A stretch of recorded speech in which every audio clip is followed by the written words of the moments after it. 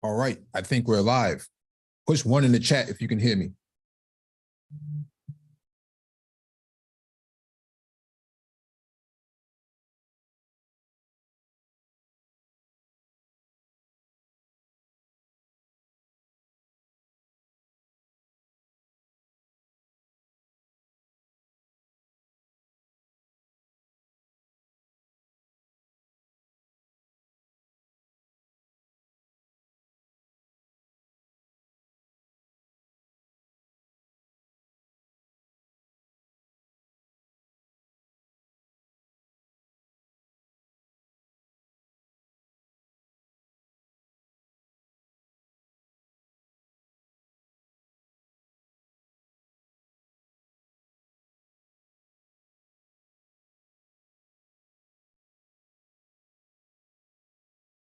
All right, got a confirmation from the chat. Thank you for the confirmation. Welcome back to the Black Brain Trust. This is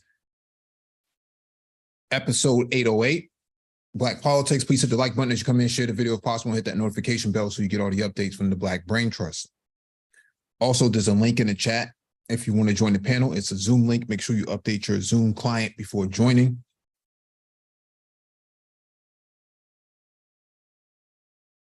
There's a docket in the description beneath the video for you to follow along with and reference on the replay.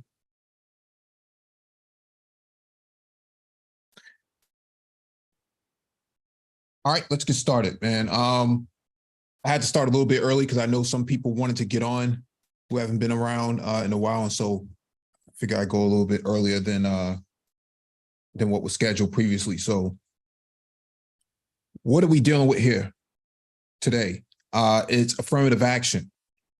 Supreme Court made their decision Thursday morning that they would not allow race to be utilized as a pretext for admission into post-secondary education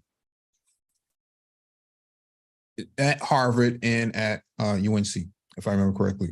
And so two institutions, but we need a better grounding in this space, which is called a manosphere, Black manosphere for that matter, as to where all of this really started. This didn't start, with 2.0, like some people would like to have you think. I hear, and I've heard some content creators basically say that, well, I predicted this 2 years ago. Well, not exactly, bro. Not exactly. Not exactly. So what we're going to do is I'm going to go through some material and cover some of the grounding. So let's start with who started and coined the phrase affirmative action. Let me share my screen.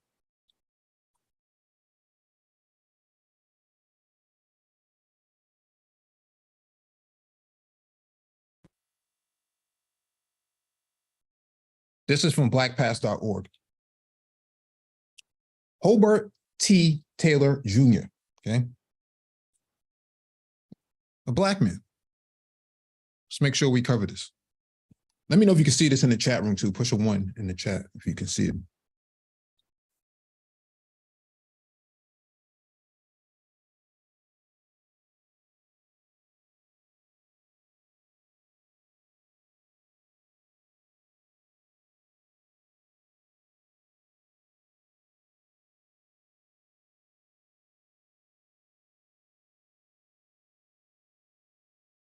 All right, let's get started then.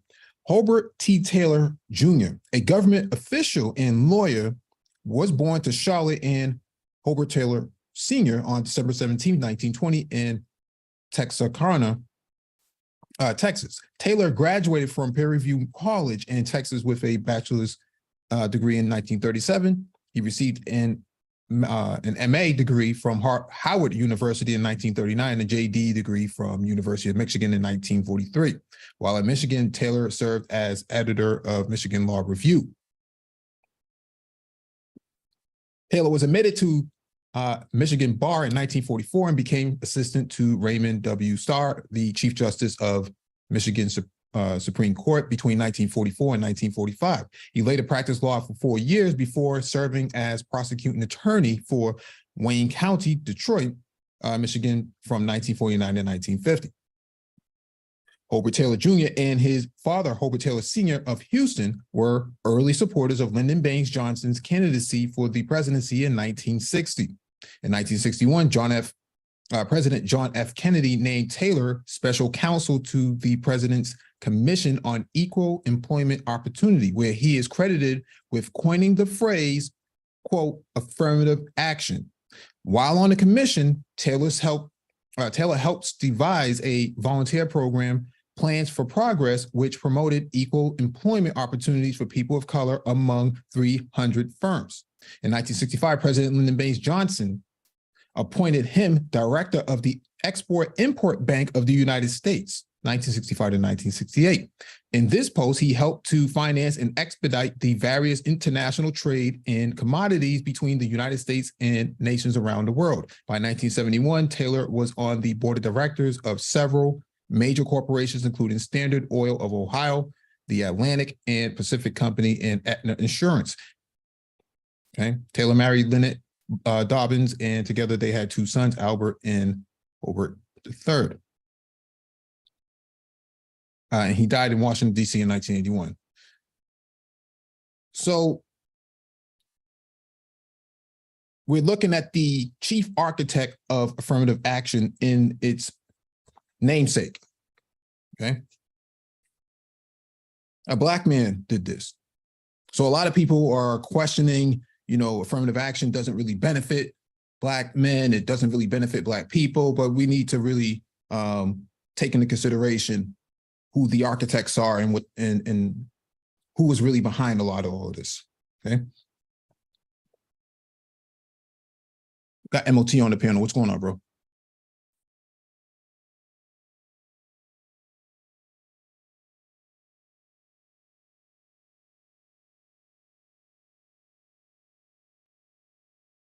All right. Well, MOT is getting his mic together. Actually, I think there's quite a few people trying to get in. Let me see.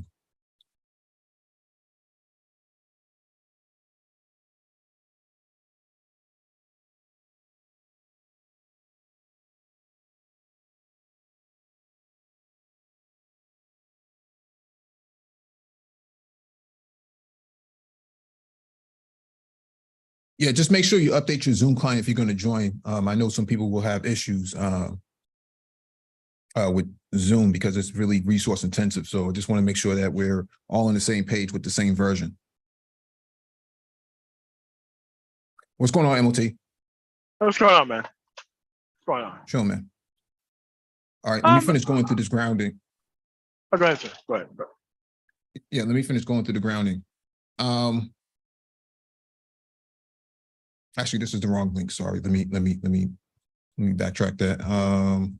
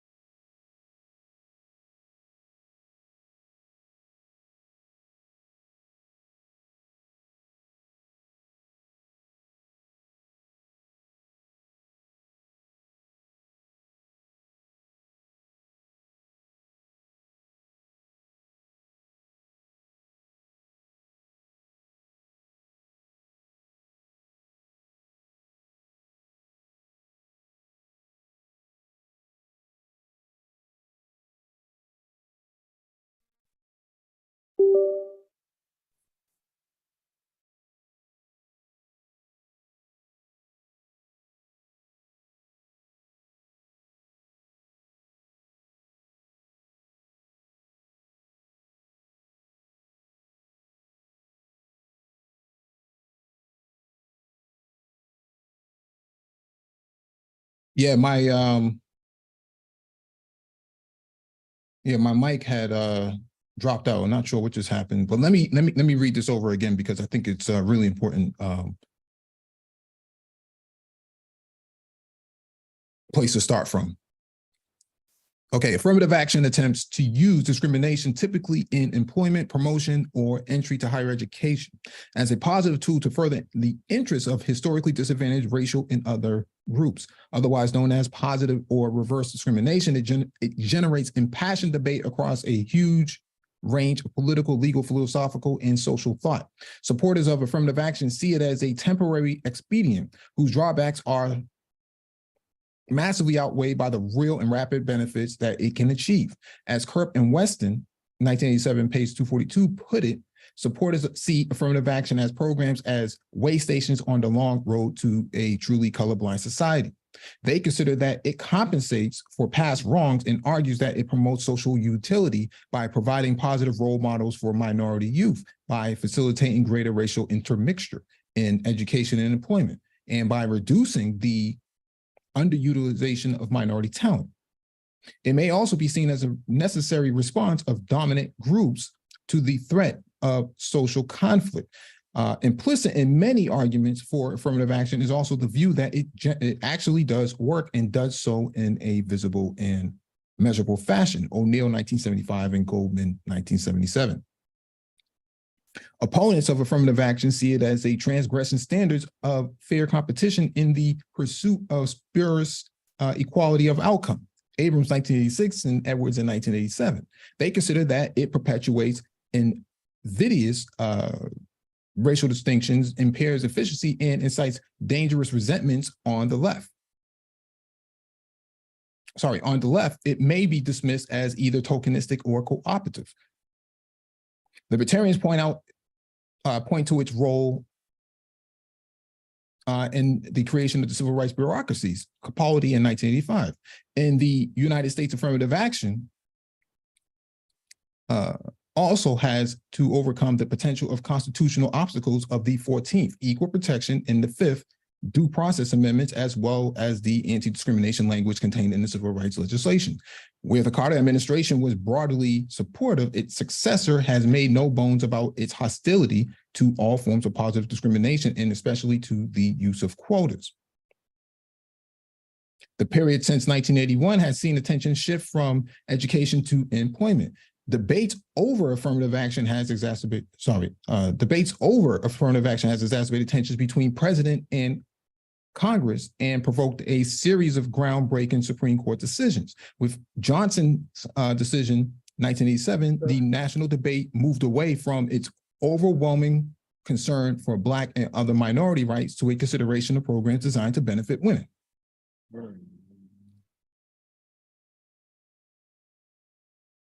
So, exalting the virtues of free competition among individuals, Reagan administration spokesmen have contended that all discrimination is untenable. Attorney General Ed Messy has compared affirmative action to slavery itself, once considered good not only for slaves, but for society. Assistant Attorney General W.B. Reynolds has outlined a distinction between affirmative outreach and affirmative action. The former is defined as free competition on merit, which the federal government should encourage, while the latter is depicted as a rigidly stultifying quota system. According to Reynolds, quotas actually harm disadvantaged groups. Once quotas have been filled, these groups find the door slammed in their face. Reynolds, 1984, page 36-37. Supporting a legal challenge to affirmative action in 1985, the administration argued the most powerful role models are those who have succeeded without a hint of favoritism. For example, Henry Aaron would not be regarded as the all-time home run king, and he would not be a model for youth if the fences had been moved in whenever he came to the plate. I'm sorry, that's a bullshit argument, but that's their position back in the 80s. Wow. That's their position back in the 80s. So this fight has been going on since the Reagan administration, okay? So for those people who think that, they been predicting this since Manosphere 2.0 or since 2017, your logic is flawed. This is something that's been debated within the Supreme Court since the 1980s. Okay. Yeah, I mean, like for real, ever since Brown v. Board of Education is when the right really started ramping up and using it as an actual talking point. As soon as Brown v. Board of Education happened, so been going on for at least that long. So. Let me get to this piece here from Scholarship Law. Affirmative action after Reagan, 1989.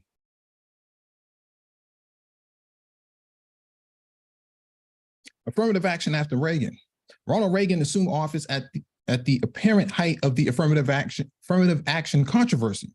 During the Carter years, the Supreme Court wrote for the first time about the legality of both public and private sector affirmative action. Although these opinions generally approved of affirmative action, they sent confusing messages. Congress can remedy proven societal discrimination through a modest set aside.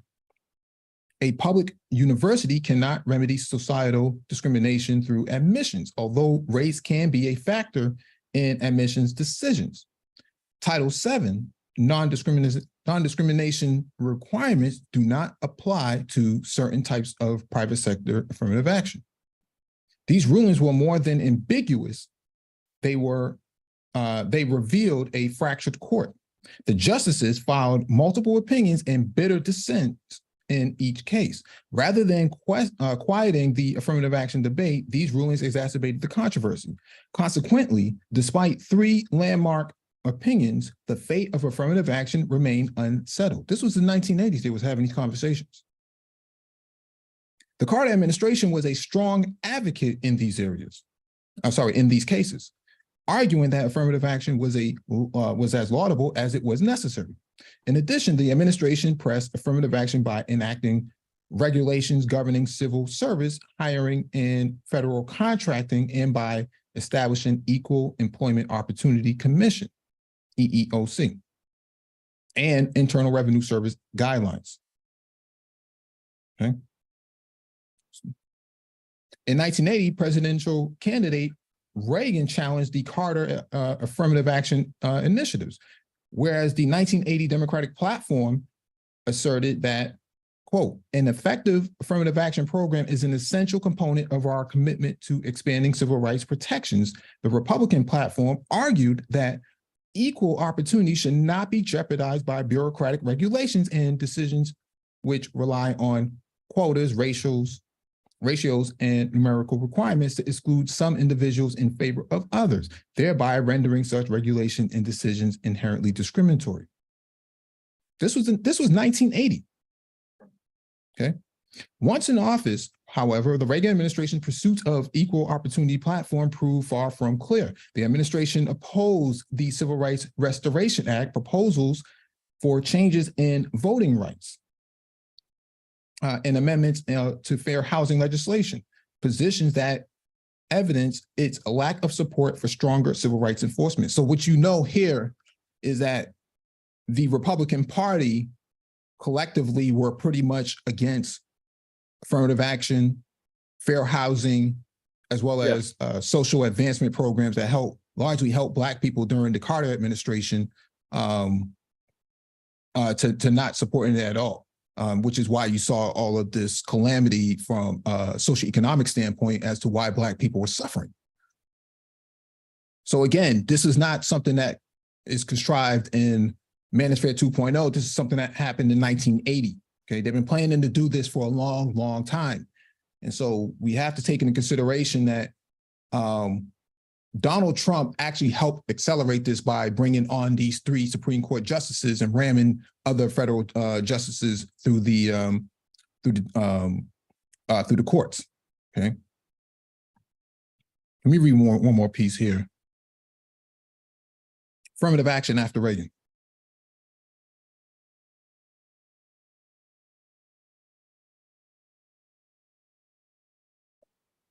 I don't know what's going on here. At the same time, however, the administration left in place several of its predecessors' most controversial programs and policies. For example, the Reagan Revolution did not bring with it changes in Executive Order 11,246, which requires affirmative action by government contractors. The administration, moreover, did not alter either Small Business Administration and other executive-initiated set-aside programs or EEOC guidelines providing for an inference of adverse impact whenever the utilization of women and minorities is less than 80% of their availability. I wonder why. Yeah. Yeah, I wonder why.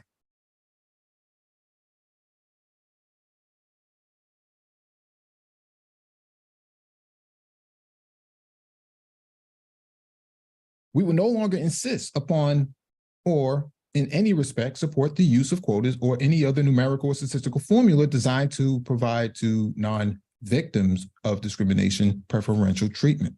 Separate treatment of people in the field of employment based on nothing more than personal characteristics of race or gender is as offensive to standards of human decency today as it was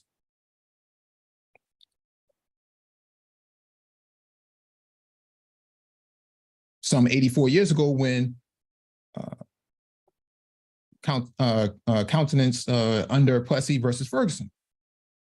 With the close of the 1988 Supreme Court term, it is now possible to assess the Reagan administration's success in advancing its absolutist goals of colorblindness through the courts. The assessment is a mixed story. Of greatest significance, Reagan administration efforts to entirely discredit race and sex preferences have clearly failed. Over the past few years, the court has validated a range of hiring and promotion schemes that benefit non-victims. At the same time, however, the court has barred non-remedial set-asides and layoffs of senior non-minority employees. This is pretty long. There's probably about, there's 28 pages, so I'm not going to go through all of it, but I want to set the grounding from there because I think that it's important to have an understanding as to what was being debated before, last week. This is not something that just came about overnight. Okay.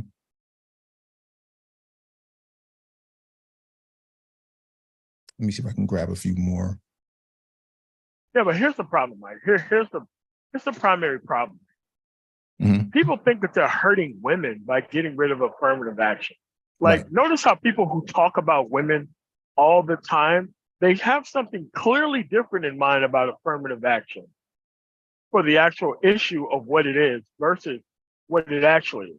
And you really can't have an informed society if you have the people whose primary point is to talk about women who think that they're just hurting women by getting rid of affirmative action. Be like, oh, well, you know what? Stuff never happened to black guys anyway. Let's just get away with it. Like, and you can't really be on panels with these people because it's infuriating to carry the entire conversation when the other side not only has no idea what they're talking about, but they're trying to connect it to women while they're actually talking about it. And since most people are so out of the loop, they'll just go with the women-based conversation. It's like, this has nothing to do with women. Nothing. Crazy.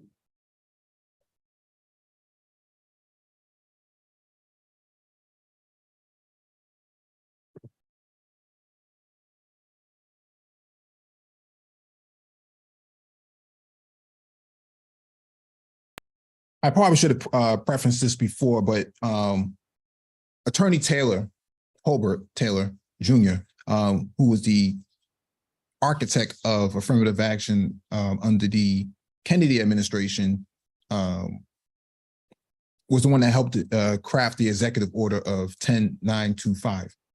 Let me read this real quick. Executive Order 10925, establishing the President's Committee on Equal Employment Opportunity. Whereas discrimination because of race, creed, color, or national origin is contrary to the constitutional principles and policies of the United States, 13 CFR 1960 sub. Whereas it is the plain and positive obligation of the United States government to promote and ensure equal opportunity for all qualified persons, without regard to race, creed, color, or national origin, employed or seeking employment with the federal government on the government contracts. And whereas it is the policy of the executive branch of the government to encourage by positive measures equal opportunity for all qualified persons within the government. Whereas it is in the general interest and welfare of the United States to promote its economy, security, and national defense through the most efficient and effective utilization of all available manpower. And whereas a review and analysis of existing executive orders, practices, and government agency procedures relating to government employment and compliance with existing non-discrimination contract provisions reveal an urgent need for expansion and strengthening of efforts to promote full equality of employment opportunity. And whereas a single governmental committee should be charged with the responsibility for accomplishing these objectives. That's where the EEOC comes in. Okay. Yes. The Vice President of the United States, who is hereby designated chairman of the committee and who shall preside at meetings of the committee. Secretary of Labor, who is hereby designated vice chairman of the committee, who shall act as the chairman in the absence of the chairman. The vice chairman shall have general supervision and direction of the work of the committee. So here's the deal.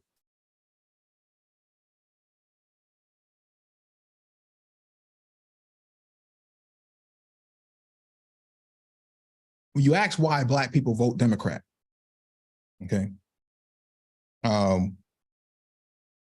these are the sort of things that Black people were voting for. They were voting on these sort of policy initiatives. You would have to be crazy not to support things like this. All of these sections that you see right here revolve around the government agencies that had to partake in this new EEO initiative, okay?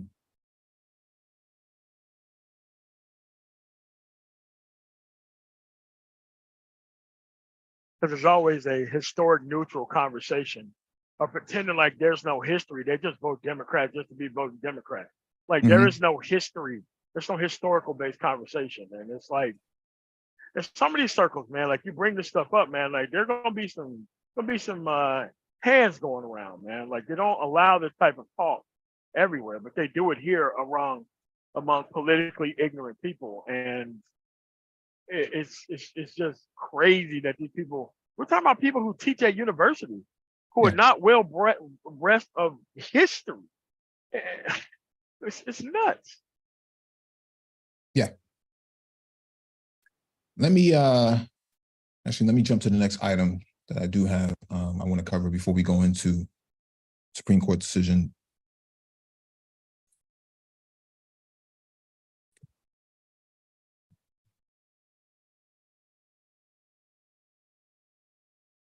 Let me go into Carter's background.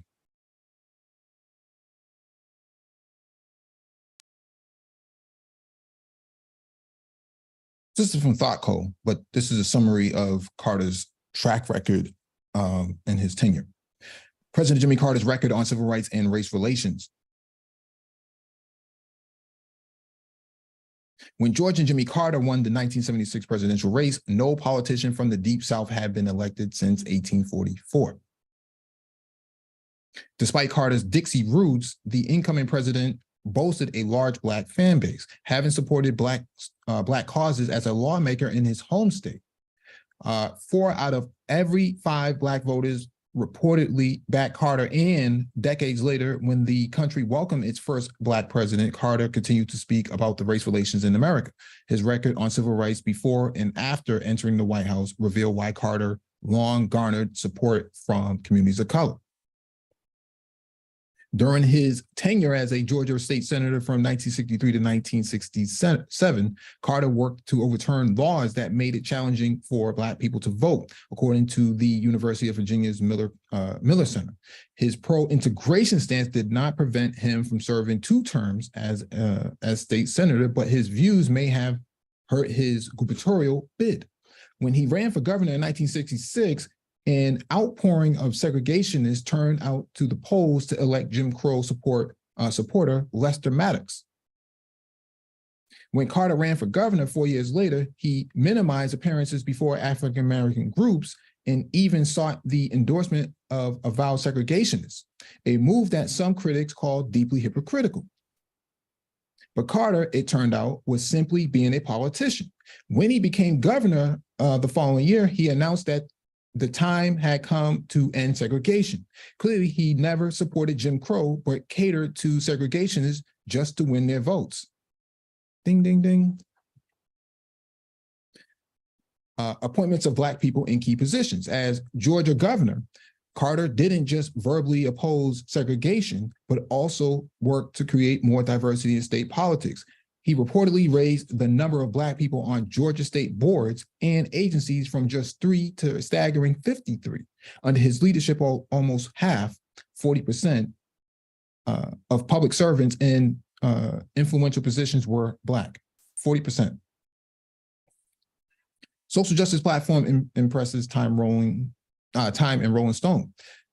Governor Carter's views on civil rights so markedly differed from the other Southern lawmakers, such as notorious Alabama Governor George Wallace, that in 1971, he made the cover of Time magazine, which dubbed the Georgian the face of the New South. Just 3 years later, legendary Rolling Stone journalist Hunter S. Thompson became a fan of Carter after hearing the lawmaker discuss how politics can be used to affect social change.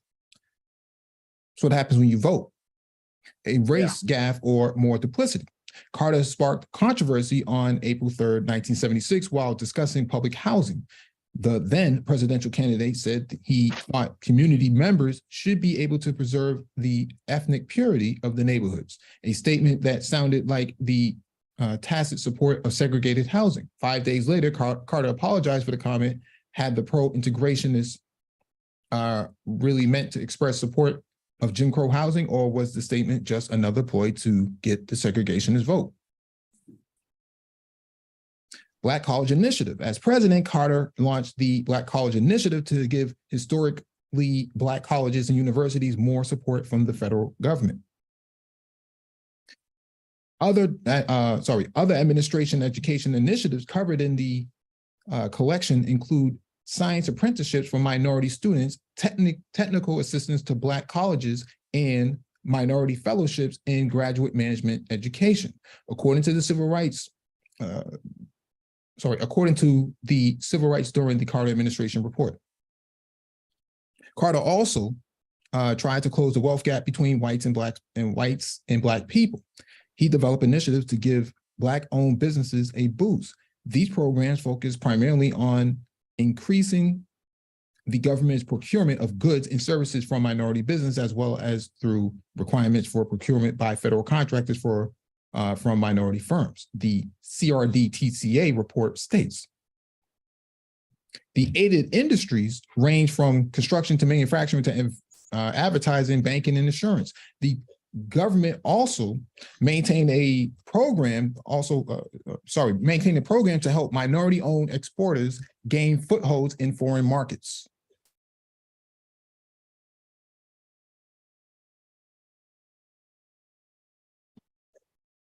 Affirmative action supporter.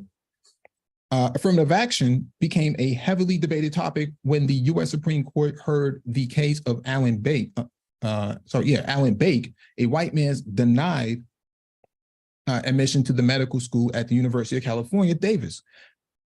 Bake sued after UC Davis rejected him while admitting less qualified Black students, he argued. The case marked the first time affirmative action had been challenged so vigorously. Yet Carter continued to support affirmative action, which endeared him to Black people. So again, you want to understand why Black people vote Democrat. This is why they vote Democrat. Yeah. Oh, okay. So first you don't have a voice. Mm-hmm. Then you have a voice, and then you cheated out your vote. Then you get a chance to vote, and you see what's happening on the other side. I mean, there should be no argument about why people vote a certain way. It's just, and it's never even addressed about the things that happen on the opposite spectrum. it's always this. I don't understand why they do this. Let's talk about women. Come on, man. Dude, just pick up a book and understand history. All you have to do is understand it one time, and you free yourself from this nonsense. But they know that most black men just want to be popular, and they just want to be on the right because it's popular. If there's any talk about any type of laws, they can't do it because everything is, well, I'm just going to stick it to these women, and I'm just going to be on the right. Like, oh, come on, dude. Like, gotta stop being so lazy, man. Just understand what's going on.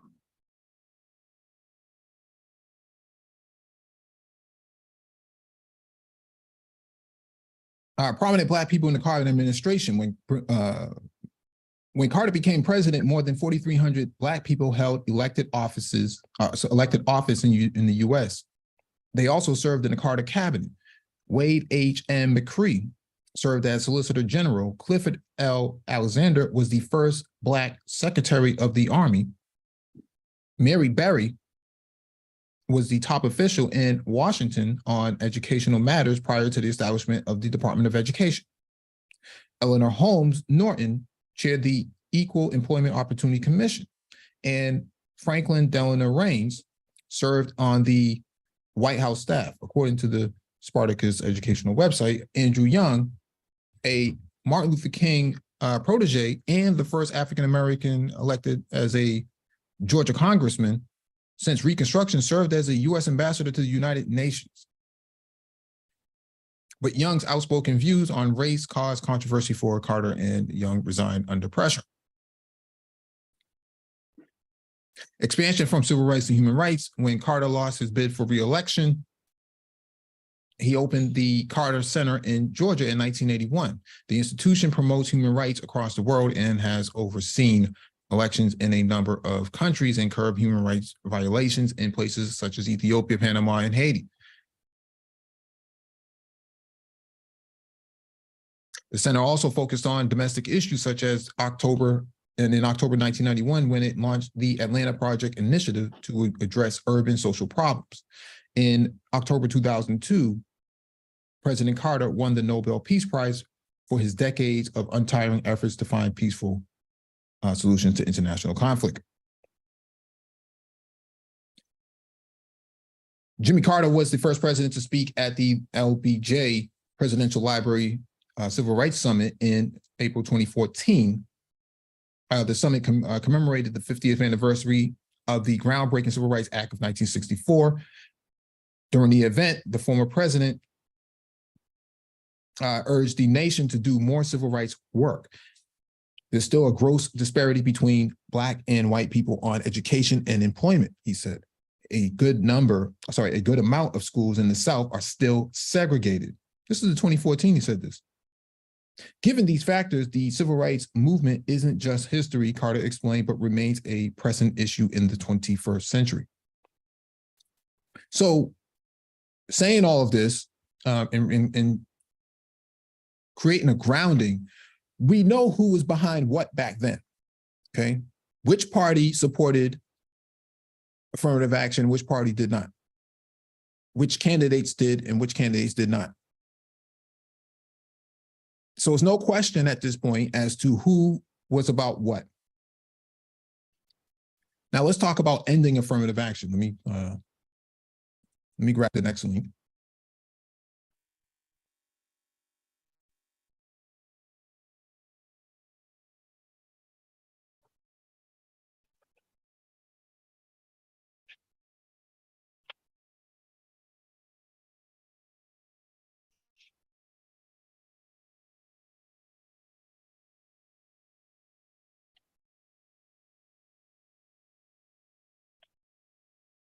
Let me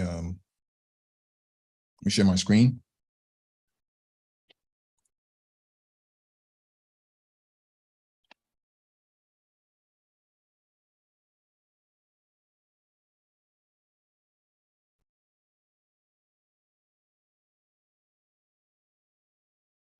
Now let's read this piece here. This is from Forbes. Here's what happened after affirmative action ended in these 4 states, because not every state supported affirmative action after After the Reagan administration going into, or after the Bush administration and going into the Clinton administration. The effects of the Supreme Court's decision to strike down affirmative action will take time to materialize, but a 2013 Harvard study found that after affirmative action ended in key states, sharp declines in workplace followed for Asian women, Black women, and Hispanic men. The study, which ranged from 1990 to 2009, examined California, Michigan, Nebraska, and Washington after those states banned affirmative action. Once affirmative action was repealed in the states, workforce participation from Latino men decreased by 7%. Black women's participation decreased by 4%, and Asian women's participation decreased by 37%. The study notes that the last figure was particularly large because few Asian women were in the workforce. Black women's decrease in participation continued to drop off until 5 years after the ban, while Hispanic men's decline continued through the third year, and Asian women's decline was limited to the first year after the ban. The study's 19-year duration allowed the author to examine the share of minorities and women that worked in the state and local government before and after affirmative action was banned. Bans went into effect. The Supreme Court ruled in favor of against two cases focused on the role of students' race in college admissions processes. With the court rulings on the lawsuits, Students for Fair Admissions, we're going to get to that next, University of versus University of North Carolina, and Students for Fair Admissions v. Harvard University, race will no longer be able to be considered as a factor in college and university admissions decisions. Such changes could significantly shift the composition of collegiate student bodies across the country. A poll from the Associated Press Nork Center for Public Affairs Research found the most Americans believe race should have a small role in college admissions, as opposed to being outright banned, with 63% of the polls responded saying the Supreme Court should not block colleges from considering race or ethnicity and admissions decisions. Critics have argued that in addition to white and Asian students being discriminated against, affirmative action takes away from the achievements of minority students in favor of satisfying quotas. 74%, that's the percentage of adults surveyed in the 2022 Pew Research Center study who believe race should not be considered in college admissions decisions. Bans on affirmative action at universities, which greatly impacted minority student populations, are not unprecedented. When the University of California system eliminated affirmative action in 1995, the number of Black and Latino students accepted by Berkeley and UCLA was cut by nearly half by 1998, the first year affected by the ban. Black and Latino students made up for 32% of all University of California admits in 2022. Compared to the 15% admits they represented in 1998. So here's what we do know. Anytime you try to ban affirmative action in regards to race admissions, it has an immense impact on Black people in the Latino community, which I find to be interesting because according to a lot of people in the manosphere, they'll have you believe that, Black men just didn't benefit from it, but that's, not statistically true. Okay.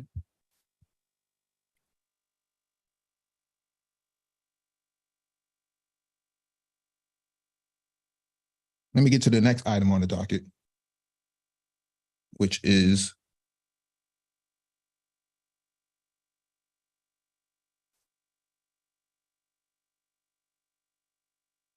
share my screen real quick.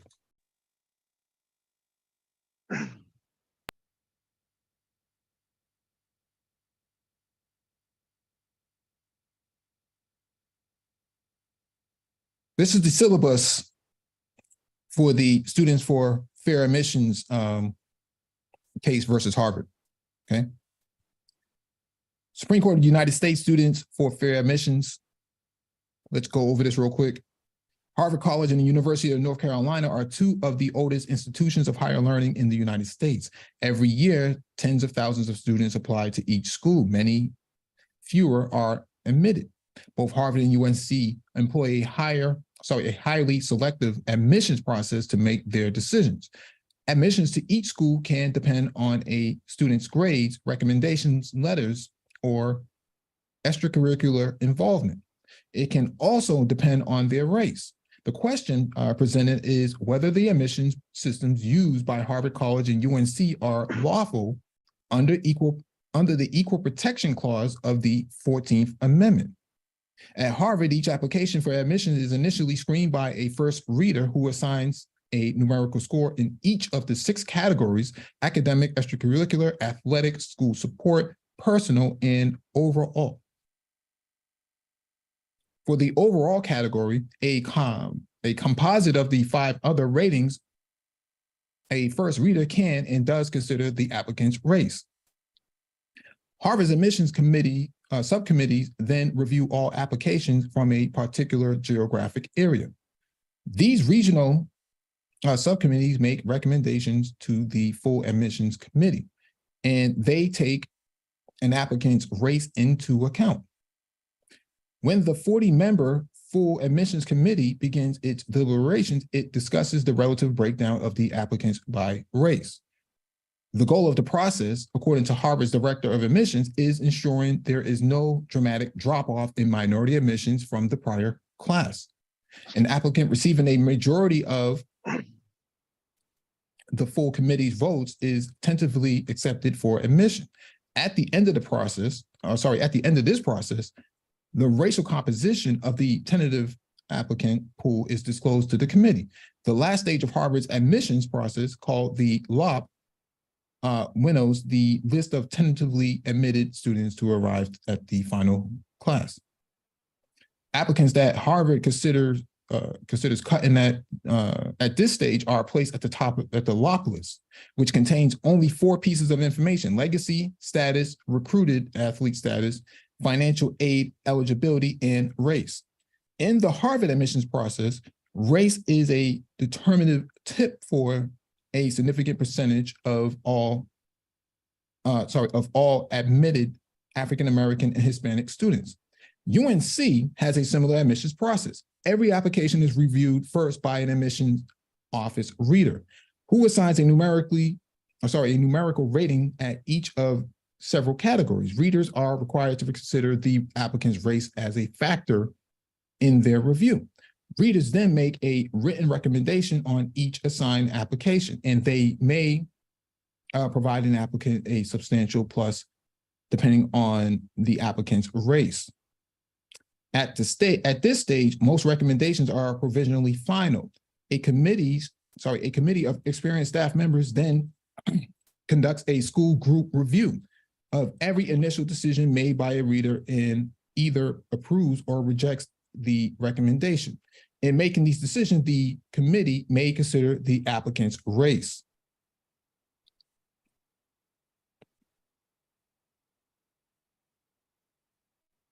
Held.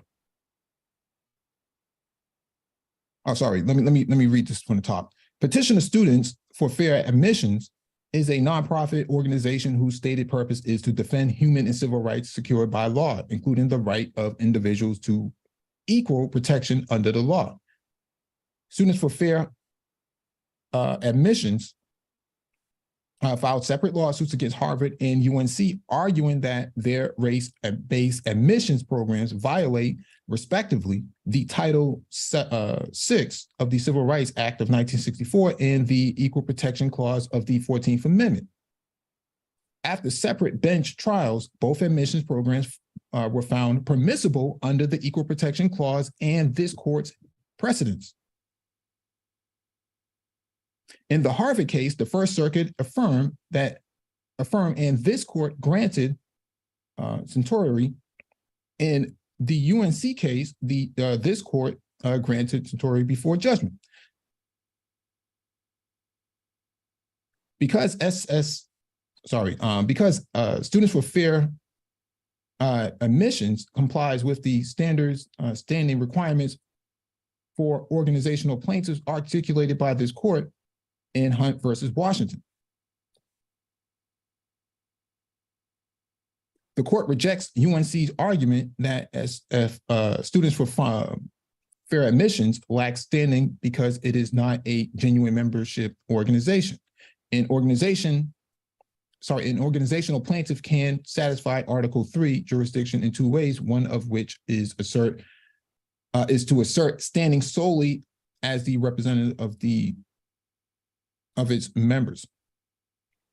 So I'm not going to go too deep into this because it's 237 pages, but I'm just giving you the grounding. They could not present, let me bring Renaissance Man in.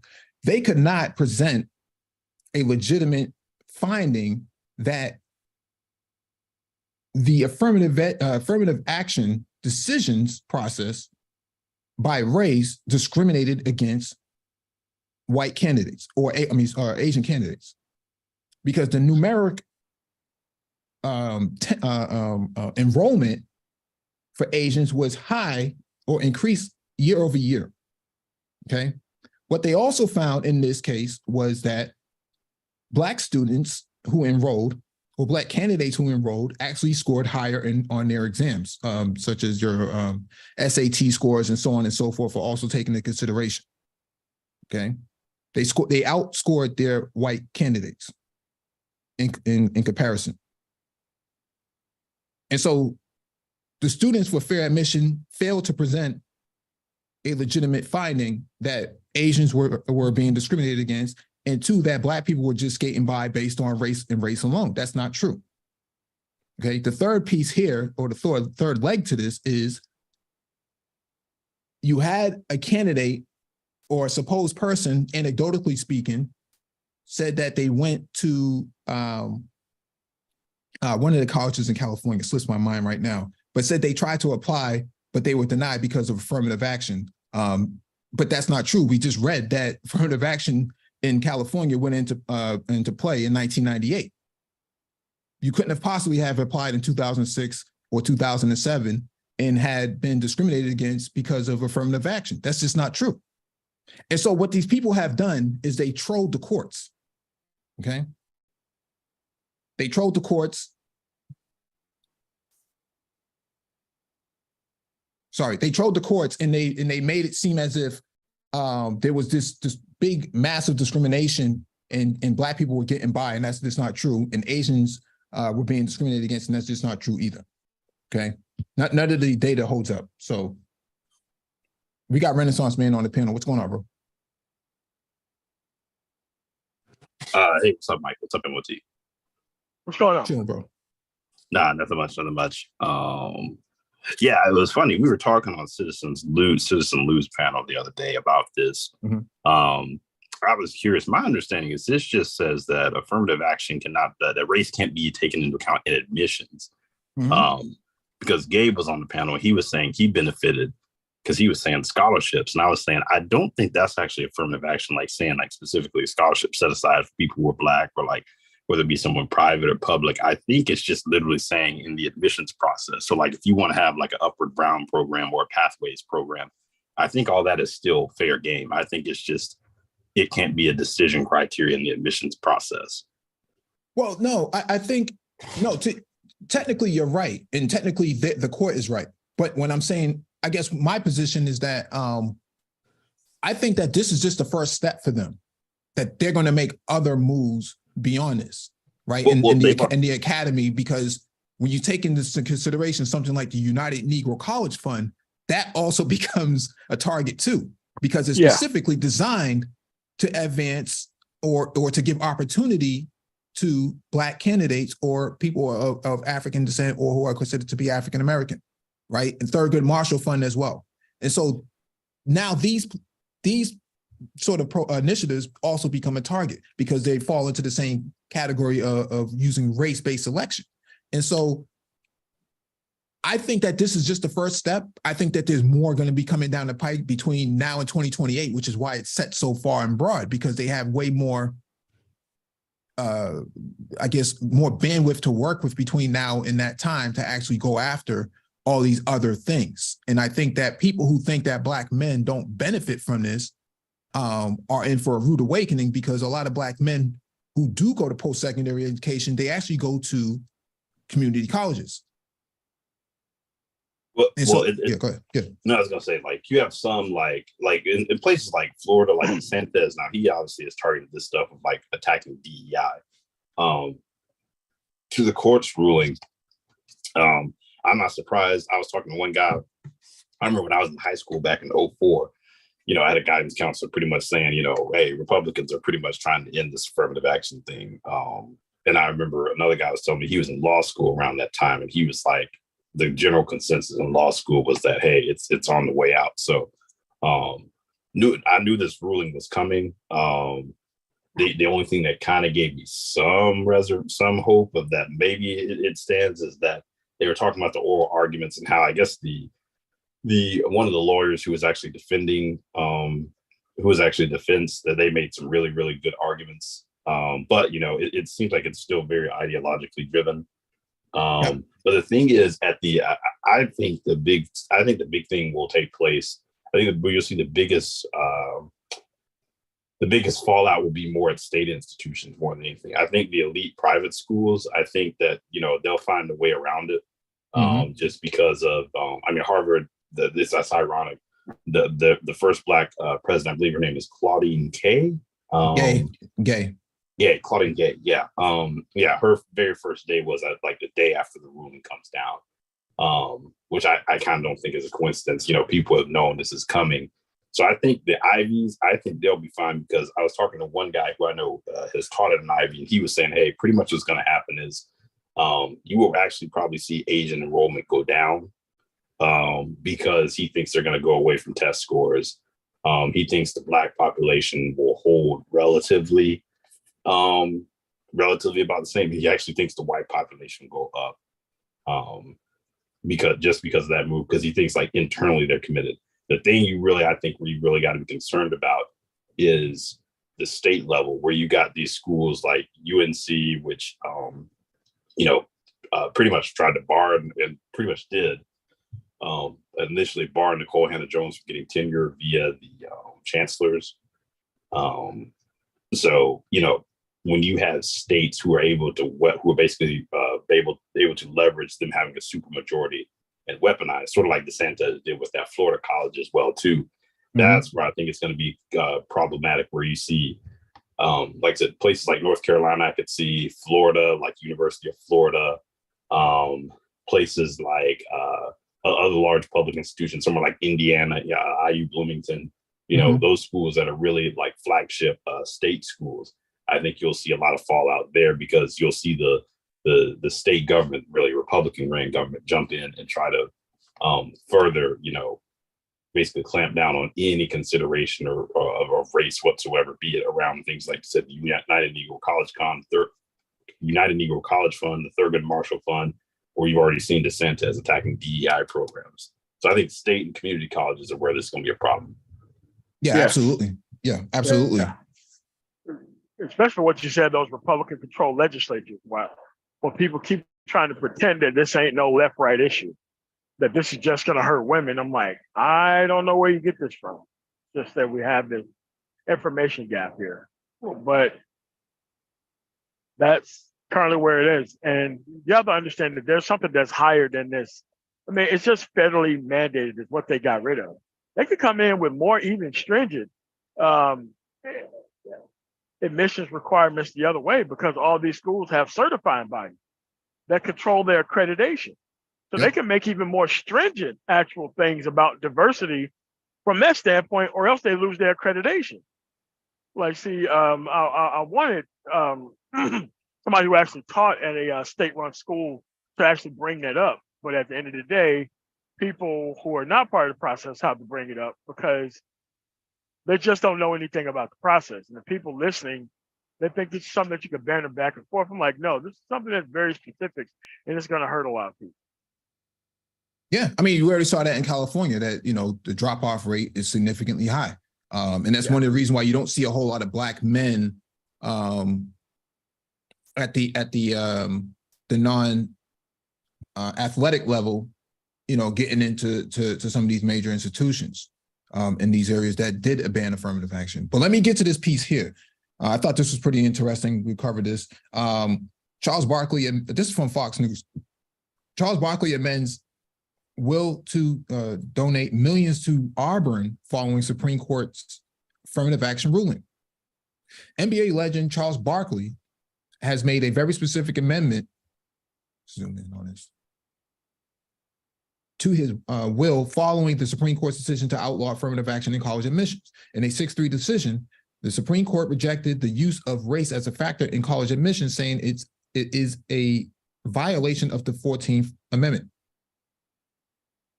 Equal Protection Clause.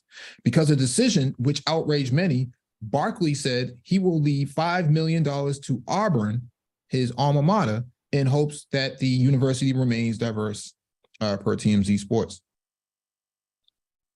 What's going on here? And that's from a guy that's not on the left. Yeah. And I was going to say that this is my alma mater. Charles is one of our biggest alumni, and they're definitely most vocal. And he is. You're right, OT. He is not on the left. At best, he's a moderate. He does take a lot of, very either conservative or like colorblind type of positions on things. So I saw this. I was kind of surprised. To be honest with you, like it says below, Auburn's only 5% Black. Yeah. After that ruling yesterday, my phone was blowing up. I was talking to my friends and said, I need to make sure Black folks always have a place at Auburn. TMZ Sports added that just above 5% of Auburn students are Black. Barkley isn't the only one that slammed the decision by the Supreme Court as president.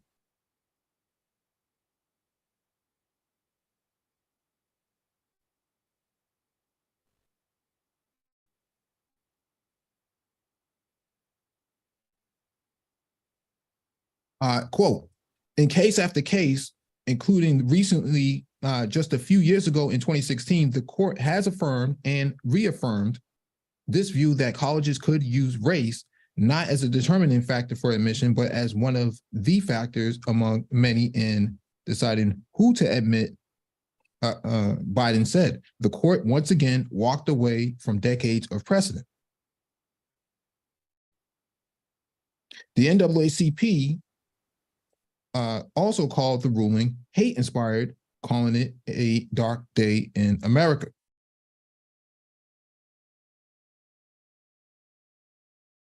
So the Supreme Court is ruling against, the will of the people. I don't know. I think that when you have a 6-3 Supreme Court like this, and really, you only have one progressive on the court right now, which is Justice Jackson. She's really the only progressive on there, and I wouldn't necessarily put Sotomayor in the same category as her. Would you put her in that category, Renaissance man? I mean, by far, I think Jackson is the most progressive on the court. I would still say, I would still consider Sotomayor and even Kagan a progressive. Okay. They may not be as obviously, one is a Hispanic woman. So, there's some concept, but I definitely on the positions of race, it's kind of ironic. You have a Black female who's probably going to be the most liberal on positions on things of race, and you have a Black male who's going to be the most conservative on things of race. So kind of funny position we're in right now. Yeah. What's going on, Nagon? Hey, Mike, how you doing? Yeah, how you guys doing?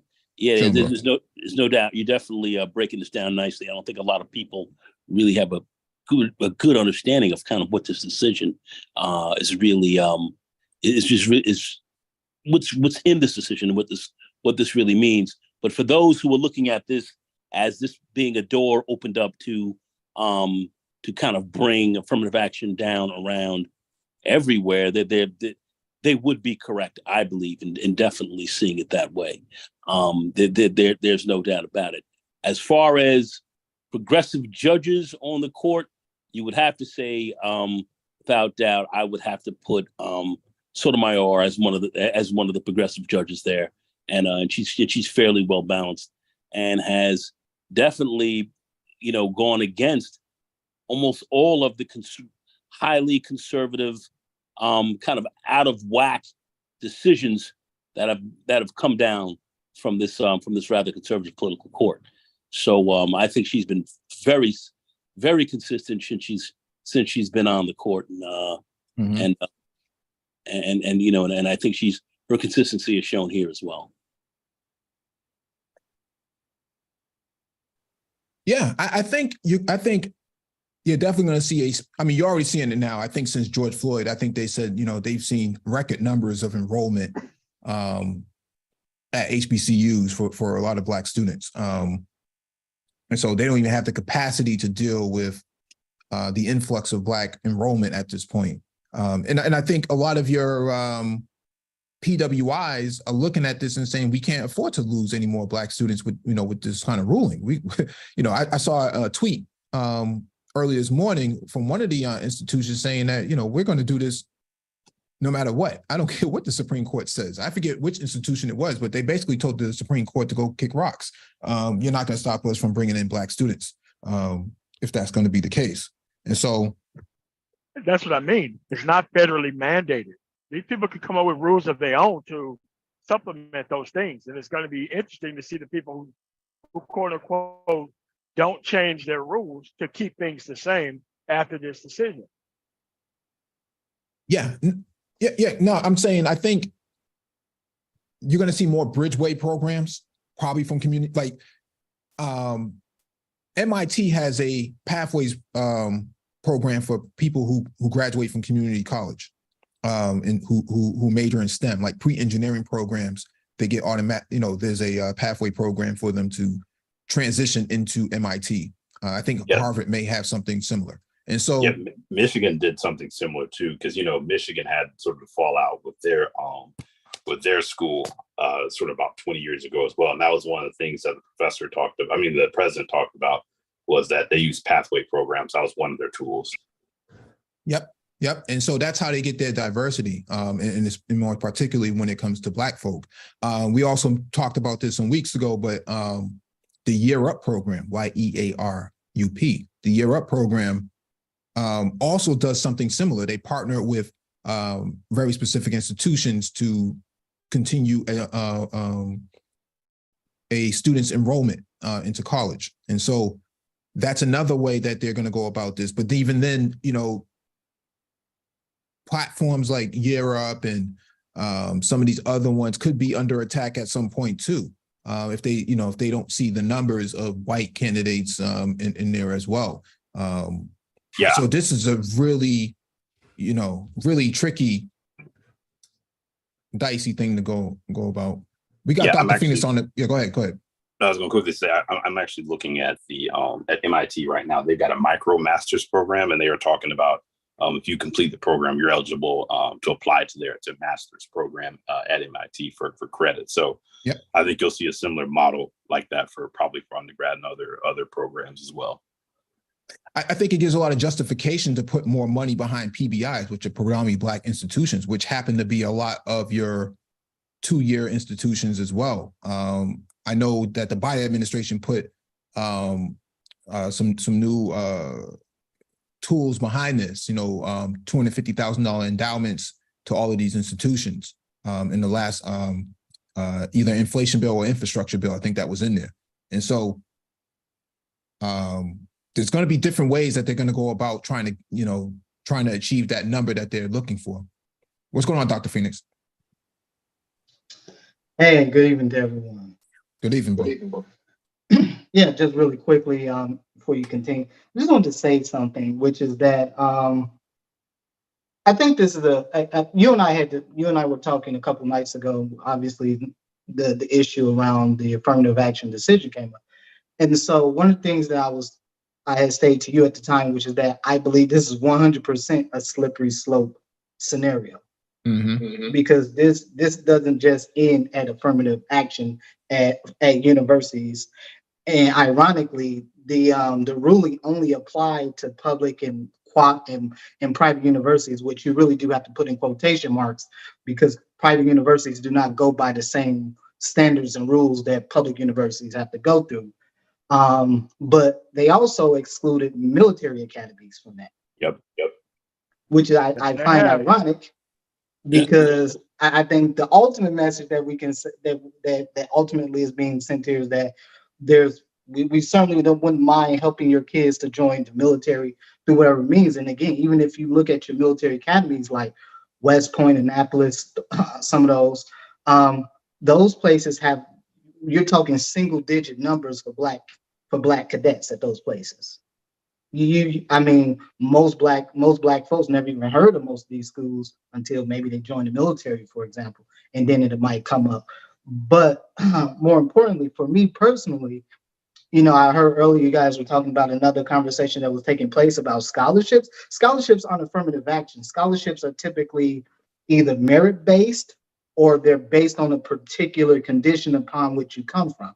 So I mean, they can be applied based on a particular group, a subgroup of people. So whether you're an African American, Latino, whatever, they are applied under those standards. But those are very specific, and the rules that govern that are completely different from what allows you to get accepted to a college or a university, quote, based on affirmative action. And even then, affirmative action that's not how affirmative action is used. Affirmative action is sort of more or less really a tiebreaker, if you will. So if after you've already met the requirements to even apply or even be considered at a say university, then you're being compared against other students. And in most cases, I would argue that a lot of black students are doing better than their peers. Again, I think the misnomer out here, really the lie out here, is that white students are somehow excelling at record numbers, and they really aren't. I mean, realistically, in this country, if you look at the education statistics, there's only about 50% of white students who can actually read and do math at grade level. That's exactly. Now, the numbers are a little lower when you start to look at black students per se. But again, what that's really saying is that you still have you have a smaller percentage of white students who are going to college compared to an even smaller percentage of black students who are going to college. So while you might get about 30% of white students who go to college, and maybe somewhere around 8 to 10% of black students who ultimately go to college, realistically, majority of those students are average at best. They're not excelling. Excellent point. And so I think the real misnomer, because I've heard Clarence Thomas, I read part of his statement he gave in his arguments against it, and one of the things I've heard which in my honest opinion, I think it should be pretty insulting to any black man or any black person in general, was that people questioned why he was at Harvard. People questioned why I was at University of Wisconsin-Madison. People questioned, they were going to question you no matter where the hell you ended up at. Well, that's part. And that's really kind of the real angering part of this, is just like, there's always this. I'm sorry. Go ahead. No, those are great. Those are crazy points you just brought up. Because there's some that is always feedback for you, Dr. Phoenix. Oh, I'm sorry. I'm sorry. Those are excellent points. I'm sorry, those are excellent points you brought up, because that's always been the case. They've never, in this merit-based system and all that they've had, has very much been a myth. It's been a big myth out there, and that's been something that's been sold across the board for decades. But yet, when you look at this under scrutiny, and the information that Dr. Phoenix just highlighted is right on the money, and that's the truth. And we don't have a lot of people even question that. I mean, we certainly know when we looked at various universities that were having these scandals of students being admitted in let's say UCLA, and we can even talk about, certainly even into some of the Ivy Leagues and so other schools where they have dean seats and all this kind of stuff sitting around for people to come in and just get admitted in without literally underqualified, if you will, but they have, a certain background. here they are in there, and people are talking about, affirmative action for us, and all of this. There's been affirmative action going on for them since day one, and it's really been kind of out of control. But when you bring it under scrutiny, this is exactly what you do see. So I was just saying that's a very good point. I don't hear a lot of people talking about that, and that's something that that has to be mentioned as well. Yeah, Dr. Phoenix, you were bringing up the point about Clarence Thomas. Part of that, I've listened to. Frontline did a documentary on him. I stomach through probably the first half of it. I mean, you kind of got to hold your breath if you watch it. So. Yeah. It explains a lot of his ideology. But one of the things, I don't know if you got to the point, when he graduated from Yale, he couldn't get a job. Now, granted, he did say he did not want to work in civil rights law or pretty much anything involving like just Black people. And he really only looked for jobs in Atlanta at the time. So I'm not sure, how much that actually held him back as well. But he couldn't get a job, and he basically blamed affirmative. He blamed affirmative action, even though he had classmates as well who had the same issues. Later went on to become a judge. He was just like, hey, society was racist at that point. So he's always had this thing of like his thought of like, oh, people are going to question why he's there and all that. But it's really a personal thing, in my opinion, with him.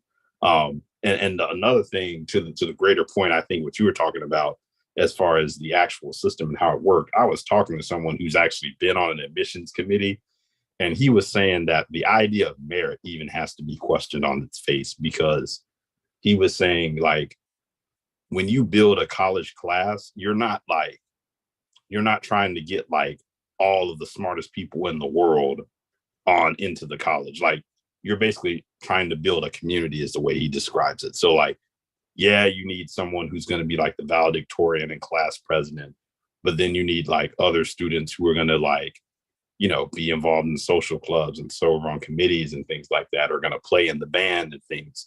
So he was really saying the whole idea of quote unquote merit, of you just going and taking the people with the highest GPAs and the highest test scores, it really doesn't make sense, because you can't fill out a community that way, just by that logic. And the other thing he was pointing out too was that, that when you start at a certain point, there's a cutoff in his mind. Like he's like, if someone has like, a 4.0 and someone has like a 3.8, both of those students are more than likely going to be able to do the work at that university. That at a certain point, like, you don't like getting a 95 versus getting a 98 doesn't really mean much, in the sense of you all are both competent to go and do the work. It's who's the better fit, who do you need, and you look at these other things.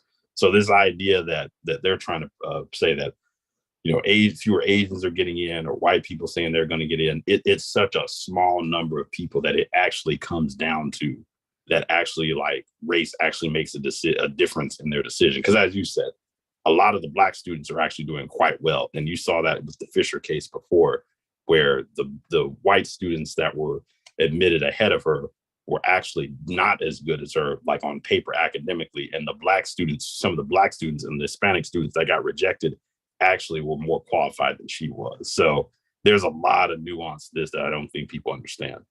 Absolutely. Let me go over this real quick, and then we'll bring in Citizen Lou. This is from New Black Masculinities. The 17-point Black male political agenda by T.S. Johnson, PhD, and the 30,000 members of the Brotherhood of the Onyx Report. So I wanted to go to education and affirmative action for Black men. I thought this was timely based on the Supreme Court decision. Let's go to it. Let me scroll back up. Let's see. Let's go to education. Number 2 is education. Educational institutions play a huge role in influencing Black boys and men from preschool through graduate school. Yet the discrimination and underdevelopment they experience at the hands of teachers, practices, and the administrative bureaucracy and the educational policies do a great disservice to the supposed mission to educate Black males. Single-sex pedagogy in institutions, as there is documentation to suggest that Black boys perform better in all-male environments.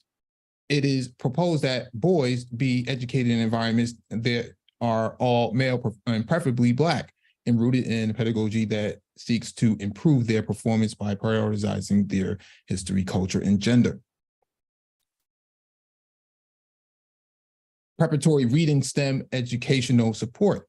10% of city, state, and federally targeted resources for incarceration be diverted to educational after-school programs for ADOS FBA boys.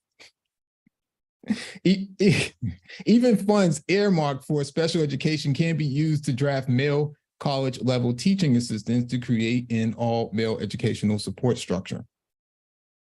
Also provide tax breaks for private companies who may philanthropically donate materials, tech, etc. Lastly, cable internet companies are incentivized by federal tax policy to provide free high-speed internet. Single-sex education that should include a curricula that accommodates that the learning style of young boys. Learning styles may be insufficient, and tactical styles of learning may need to be implemented for them. In later years of schooling, financial education for Black boys should be required. Affirmative action. Affirmative action for Black men. Double minority status for Black males, where they have access to employment and higher payment income floors based on their race and gender. This is in response to generations of policies that disproportionately disadvantage Black males based on their race and gender. More particularly, affirmative action practices from the 1980s onward that prioritize white women and Black women over Black men. We propose that Black men be offered permanent government employment at $25 an hour, with biannual cost of living increases and pay increases depending on the type of job, and the after high school graduation, the successful completion of a GED by the age of 18. However, if one graduates early but is at least 16, they must be emancipated from their parents. Such employment should include on-the-job training, and one should be vested after 30 years. Once vested, if one chooses to continue working, their employee retirement contribution will then go to a personal retirement fund. Based on Black men's life expectancy, 66 years rounded down, by 2021, see graphic in number 8. The job should come with a post-retirement pension after at least 35 years of employment, but one's pension should not be received until the age of 58. If one is decreased before age 58, a portion, 40% of their pension, should be designated to declared beneficiary. This is just funny, Mike, because I'll quickly say, if you know anything about the business world, like the only people, you have a few that are still out there, but they're outliers. The only people who really have pensions are like government employees. And, these guys are conservative, and anti-government, yet they want pensions. You can't make this stuff up. I just thought it was timely based on a Supreme Court decision, that came out this week. No one's talking about, this 17-point agenda. What's going on, Luke? Yeah, because everything you want that's Black male based has went out the window because you can't do anything based on race anymore. So they can go to this guy for all other things, but then they consult with him about the Supreme Court decision that will hurt his whole Black male agenda. Yeah. Yeah, it's like these people on the right. I don't know if you've heard of some of these ADOS characters are suggesting, voting for Republicans and somehow getting reparations. I'm just like, these people literally just said that they don't want race in anything, that they want a quote colorblind society, and you somehow think reparations is going to be viable. Or some of these people are now talking about lineage based. You got to be really a descendant of slaves. I'm just like, haven't y'all paid attention to like what's going on over there? Like, why would these people want anything that's race based? Like they just took away something that by their own admission they say didn't even benefit Black people. So it makes no sense. Mm-hmm. What's going on, Lou? Hey, what's going on, y'all? Hey, what's going on, man? What's up, Citizen Lou? What's up, fellas? Nah, man, I was What's just. up, Lou? What's up, Nagone? Man, listen, I'm glad y'all did this. I'm just soaking it up right now. I'm just listening to what y'all are saying because it's been frustrating. This whole just all the trolling, the anti, just these the Black clanosphere, like stomping on the grave. Didn't even know that Clarence Thomas was an affirmative action hire himself. Yale already put it out. They put it out even before this happened, like years ago, that he was an affirmative action admission. Mm-hmm. Yeah, it's just culture warrior. You got these same people on the right. Not too long ago, the educational institutions are woke hive mind playgrounds and all this stuff. They denounced all institutions, but now they happy this happened. It's crazy to me, man. And Renaissance man made a good point. These schools at this level, elite institutions, you look at the Supreme Court, what 99% of them all went to Ivy League schools. So there's a lot of influence in these schools. So a lot of these schools don't want giga nerds who just study for tests all day with no social skills and no they keep saying, oh, it's just the test scores. Mind you, these people from the right who don't go to school, who hate school, who are anti-intellectuals. So it's really frustrating. And then they just troll. Y'all mad? You crying about affirmative action. And I just I don't know, man. I just you just be frustrated. Go ahead, y'all. Yeah, man, there's a lot of raccoon parties, man, online trying to justify what happened and how they're not affected. I'm like, yeah, man, you just go ahead and raccoon on, buddy. I mean, it's kind of, if you're saying you're not affected, you're kind of saying that, like, I'm not interested in the higher education. I'm not interested or affiliated with any elite higher education. So that's kind of not really a flex, but at all. At all. Carry on. The other thing too, Citizen Lou. I think Dr. Phoenix has some feedback. I'm not sure what's going on. Oh, okay. No, I was going to say the other thing real quickly. I'll throw it over to Dr. Phoenix. I think he wants to add something as well. Yeah. Clarence Thomas has been. There may not be a Black person in America who's benefited from affirmative action than Clarence Thomas. He definitely benefited by getting into Holy Cross Reagan for undergrad. Yep. Benefited by getting to Yale for grad school. He got a job. He cut his teeth at the EEOC. And he made it to be a Supreme Court justice when he had barely a year experience as a judge. And that was clearly, they tried to downplay it, but everyone with a brain could see, Thurgood Marshall is leaving the court, the only and first Black justice. So we've got to put another Black justice. And, boom, Clarence Thomas, with your 1 year of judicial experience, you're the guy. The guy has benefited immensely from affirmative action. And Renaissance poster child for it.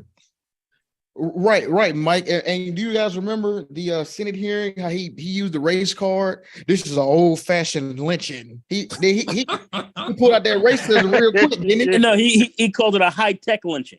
Thank you. Yeah, high-tech lynching. Yeah, it was a high-tech lynching.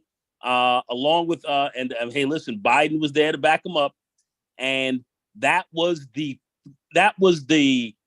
race card he pulled in the end.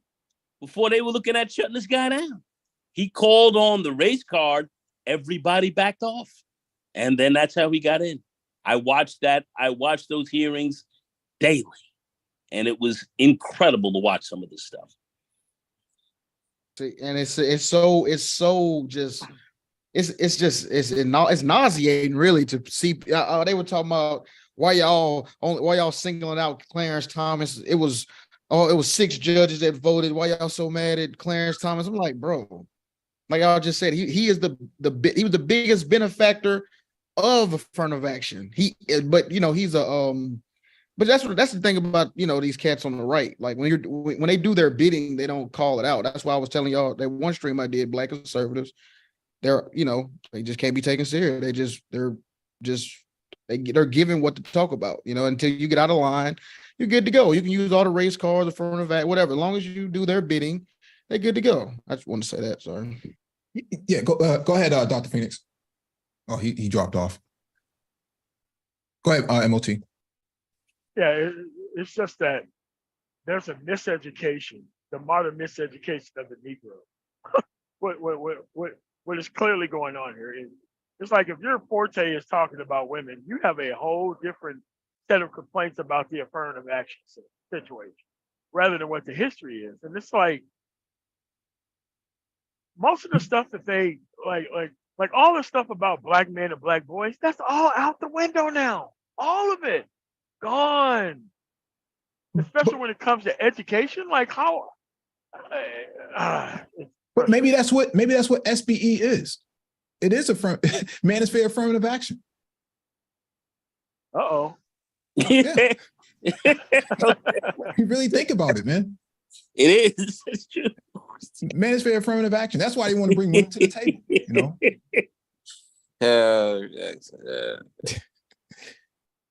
What's going on, Dr. Phoenix? You got your mic ready? Yeah, I'm sorry. I'm not even sure what's going on. Are you still hearing feedback from my mic?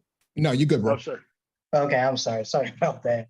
No, I just wanted you guys kind of took the words out of my mouth about Clarence Thomas, because essentially this guy is the poster child for affirmative action. This guy comes from, I believe he's from Mississippi, from some small town in Mississippi, and he ends up climbing the elite collegiate ladder, because before he even went to Yale, he was accepted at Harvard. And he chose Yale because he wanted to go to school with John Bolton, which, for those of you all who are not aware, John Bolton was one of the architects behind the invasion in Iraq, but that's another story. But the point is that every single job he had after he graduated from Yale Law School was essentially a diversity affirmative action hire. Every single one. Even when he went, I believe he worked in the DA office in Missouri, I believe, if I remember correctly. I believe it was Missouri. And then because he got hired by that Missouri congressman too, that Republican. Yeah. And then he went over to the EEOC, and he was a part of that for a little while before he got appointed judge. And then eventually, I think it was Ronald Reagan who appointed him as a Supreme Court justice to replace Thurgood Marshall.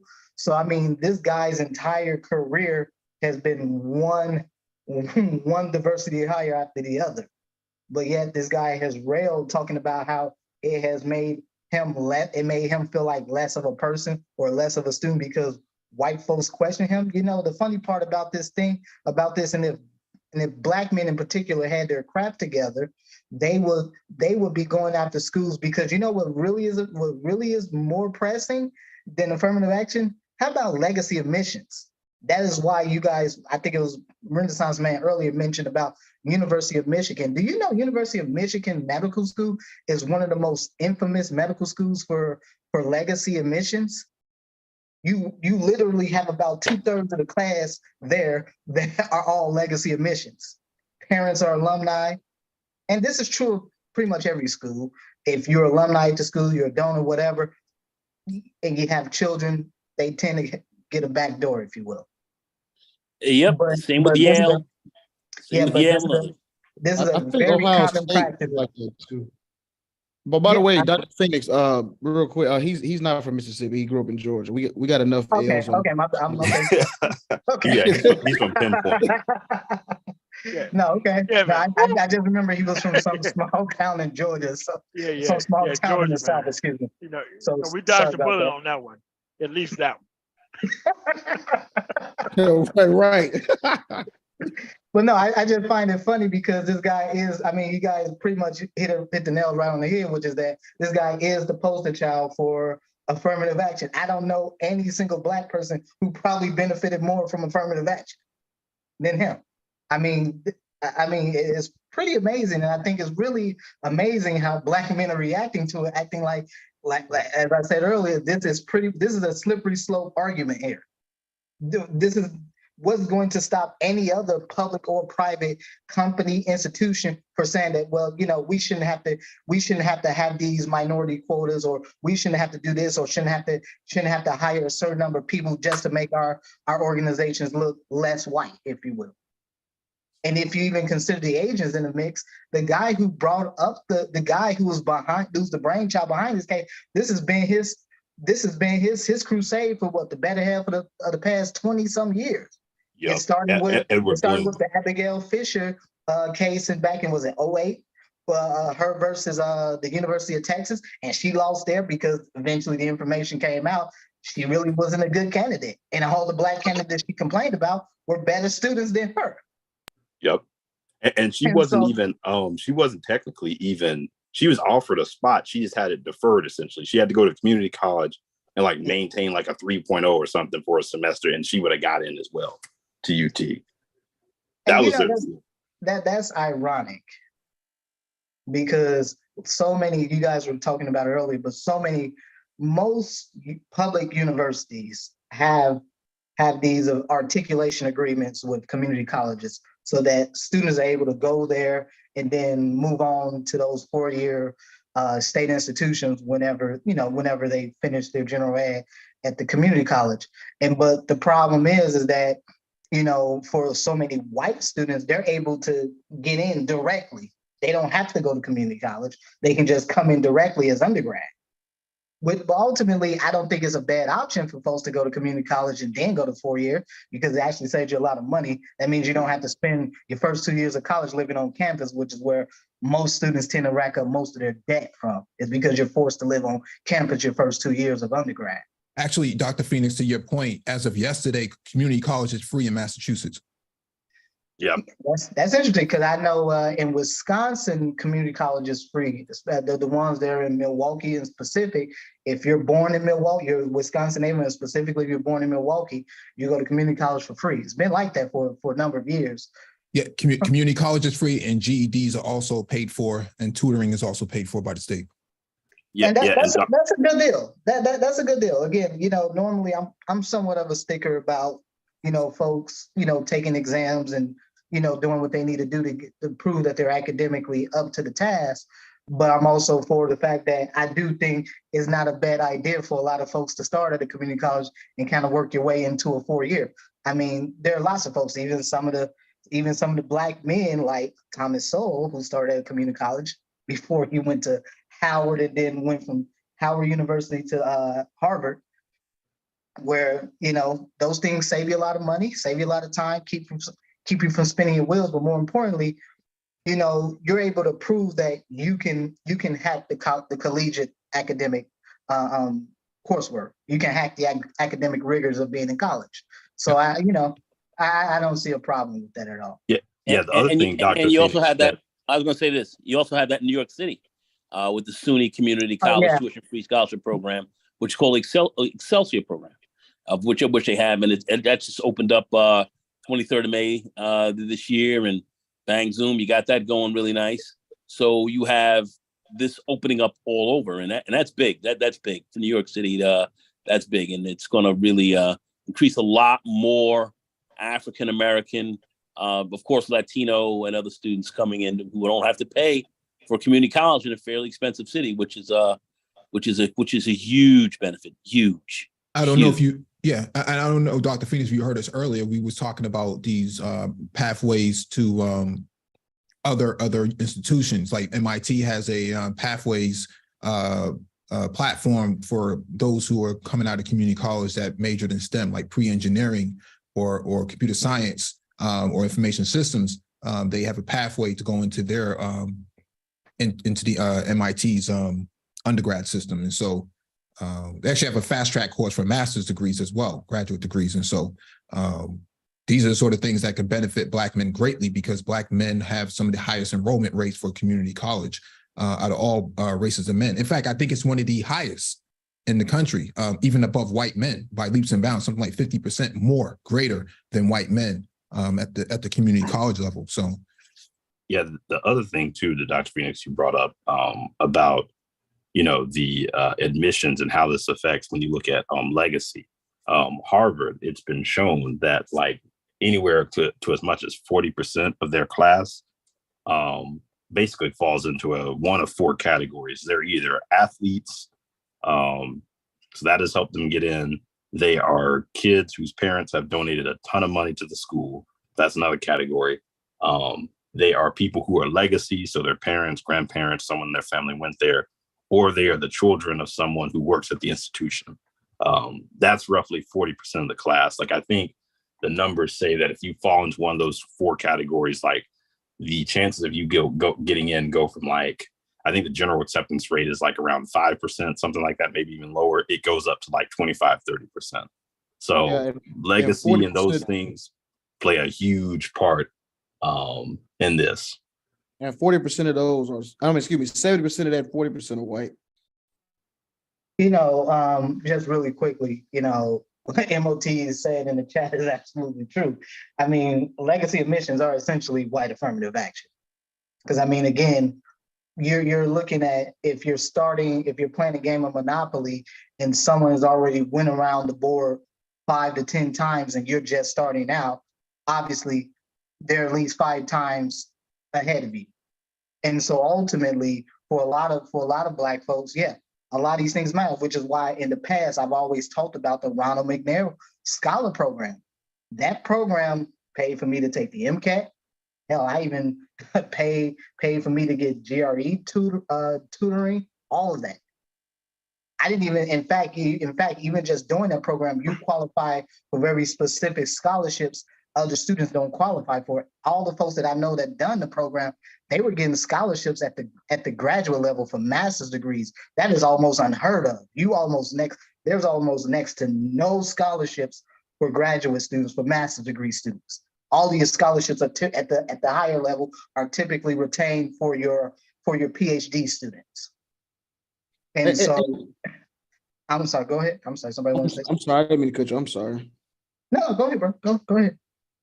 You got my brain jog, and I wanted to touch on what I was saying earlier about this is what really is frustrating as well, is that they weren't consistent when it comes to, like, I think Renaissance Man brought it up, but they weren't consistent with the military as well, the military academies, right?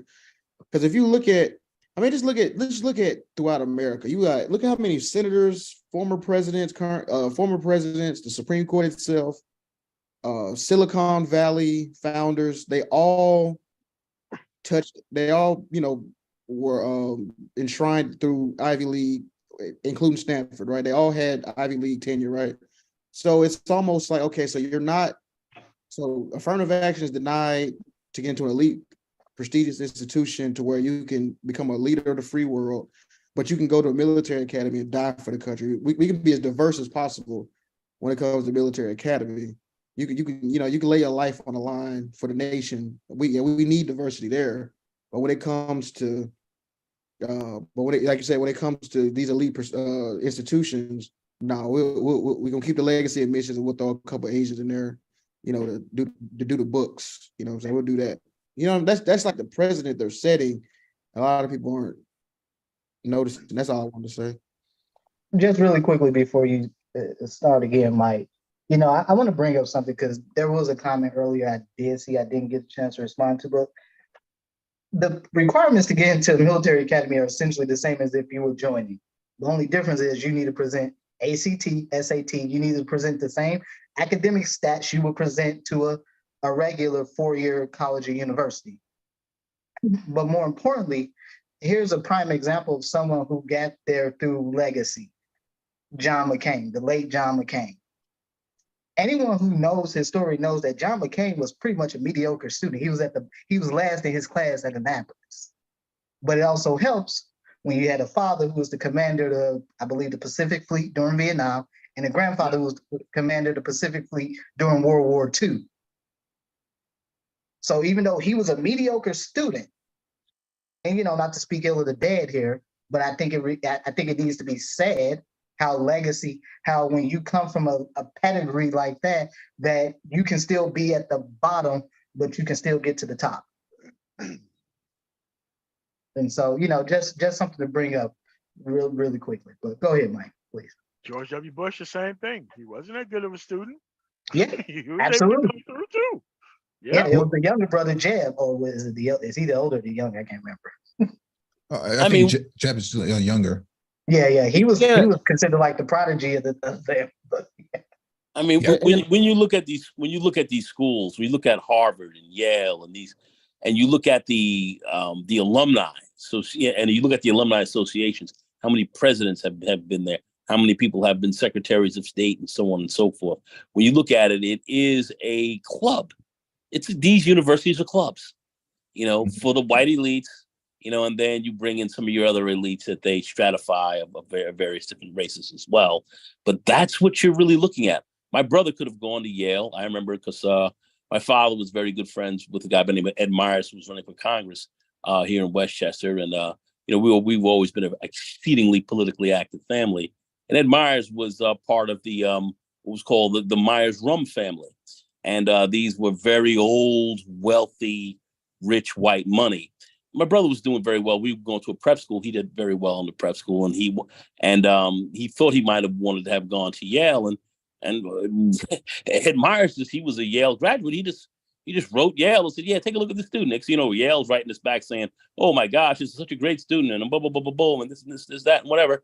And he had what was called a dean's seat, meaning that my brother could have gotten in because Ed Myers, being a wealthy, rich, patrician class white Brahmin, basically had a seat or a number of seats that in any given class that he wanted to give to people that he wanted to have go to that university, as long as they had the basic fundamental grades. At least you had to have somewhere around a B average. Certainly for the white guys, it was a little bit less, but you at least had that, and then have your ACT and SAT scores. You were in, and they had set aside seats for their own, and there were many thousands who have gone to these schools who've had those seats. So it was all about almost a oligarchy or a plutocracy, however you want to play it, as far as that was concerned. So it was never about a total meritocracy at all. I understand how that system works very well. I grew up really around it, but that's what this was about. And so that's why when we look at this affirmative action and we look at what's really going on, this is some pretty racist stuff. This is really to stop you in your tracks in so many ways. And there some of the bigger reasons as to why they're trying to do that, or why this very conservative court is trying to do this. But this is certainly not about trying to work in your favor.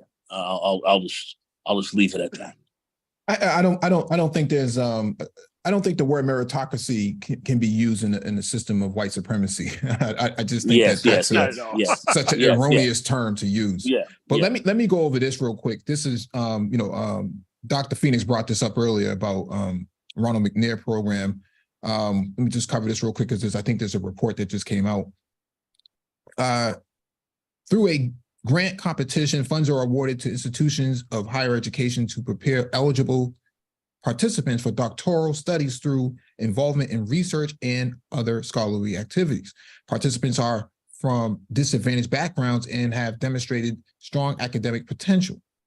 Institutions work closely with participants as they complete their undergraduate requirements. Institutions encourage participants to enroll in graduate programs and then track their progress through to the successful completion of advanced degrees. The goal is to increase the attainment of PhD degrees by students from underrepresented segments of society.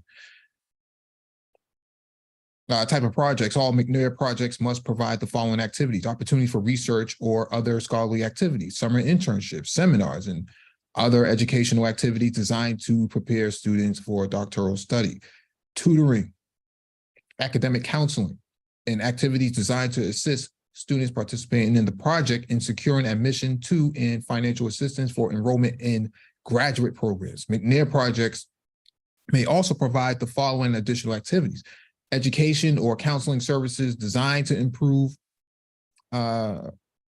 financial and economic literacy of students, mentoring programs involving faculty members at institutions of higher education or students, or any combination of such persons, and exposure to cultural events and academic programs not usually available to disadvantaged students. I think this is probably one of the most robust programs that's out here.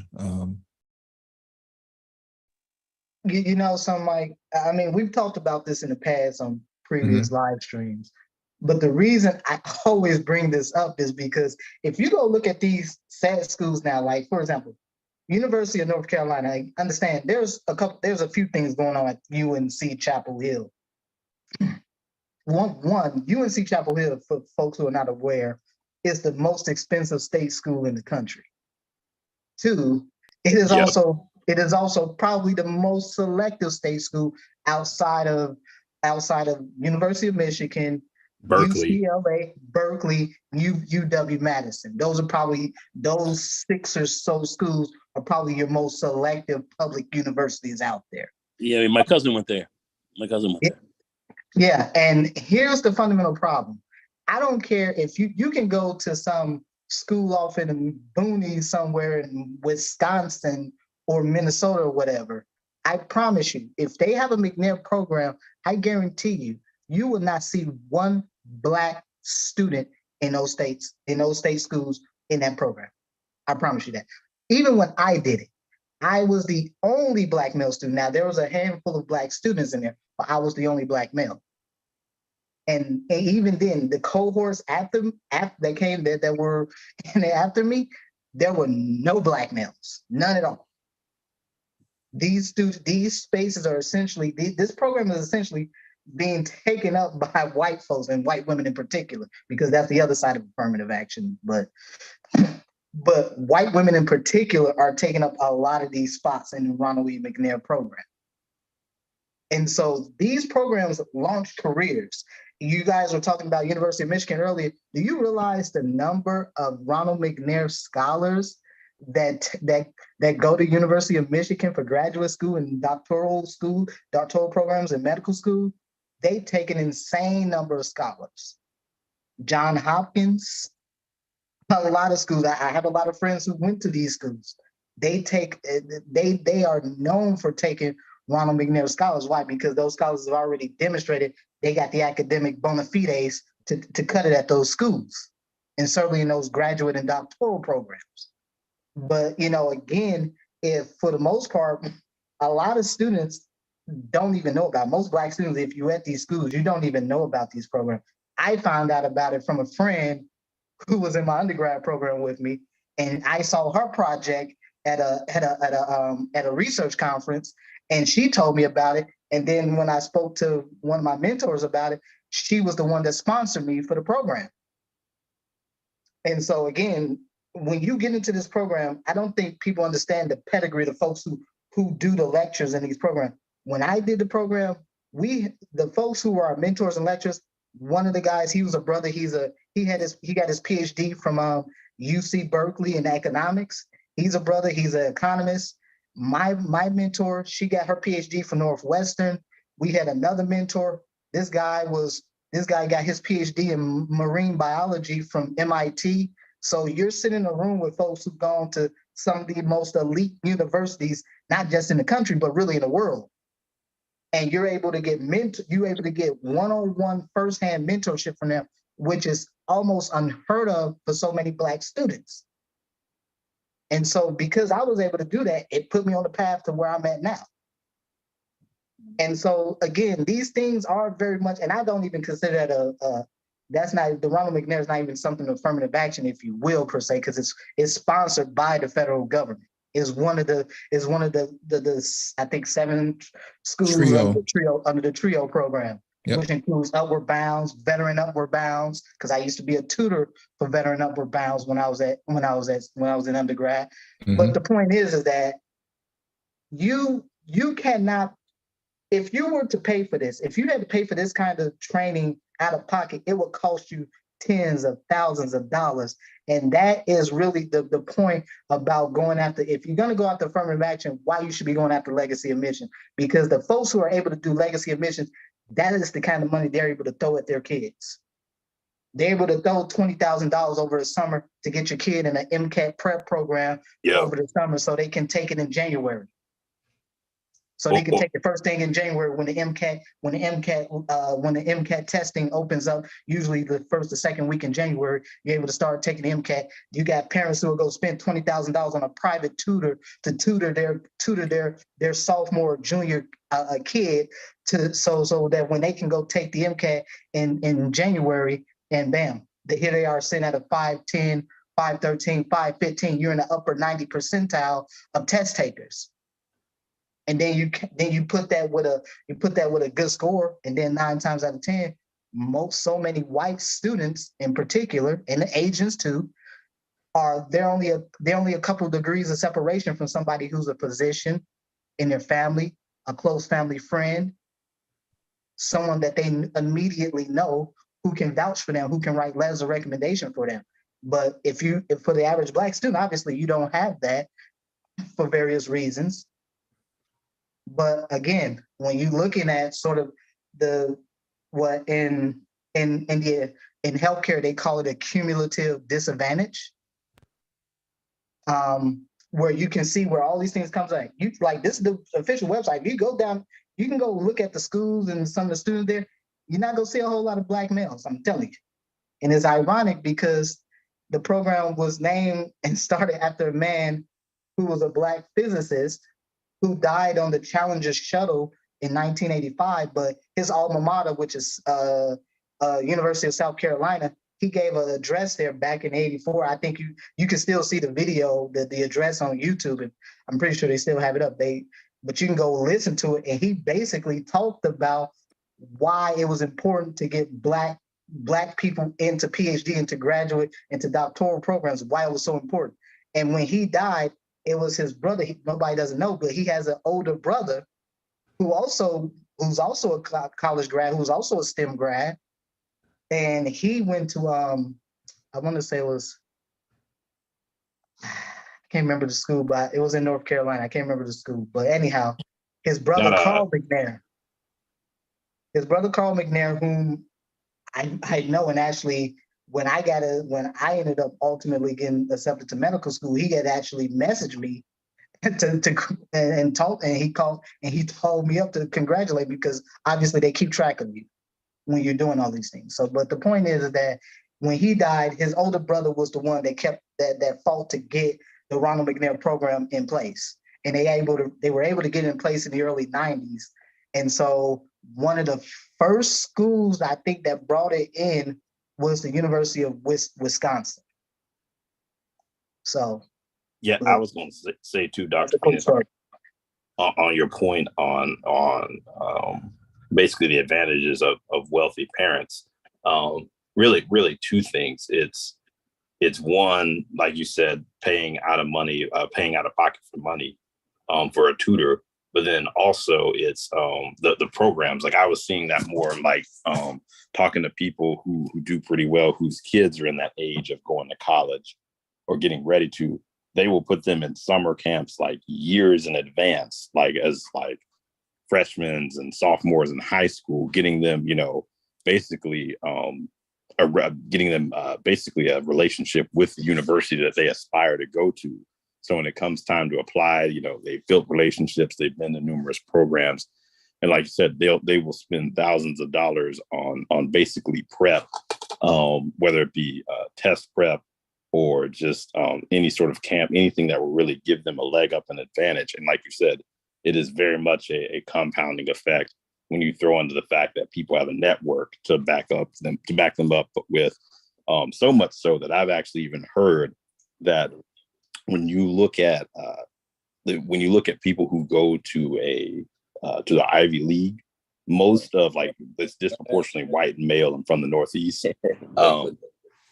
If it's disproportionately white male from the Northeast, they don't even use really the network of the school to get them a job. Like they were saying, if you take like a Black student who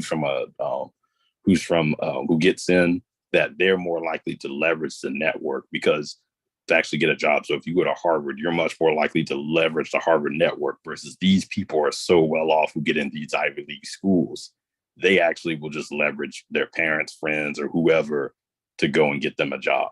And my understanding is actually, I think it's a Black female who actually benefits the most, just because of like, if you put them in an Ivy League environment, because of the lack of family connections. So it's so many things that just compound and give people who already have an advantage an even further advantage.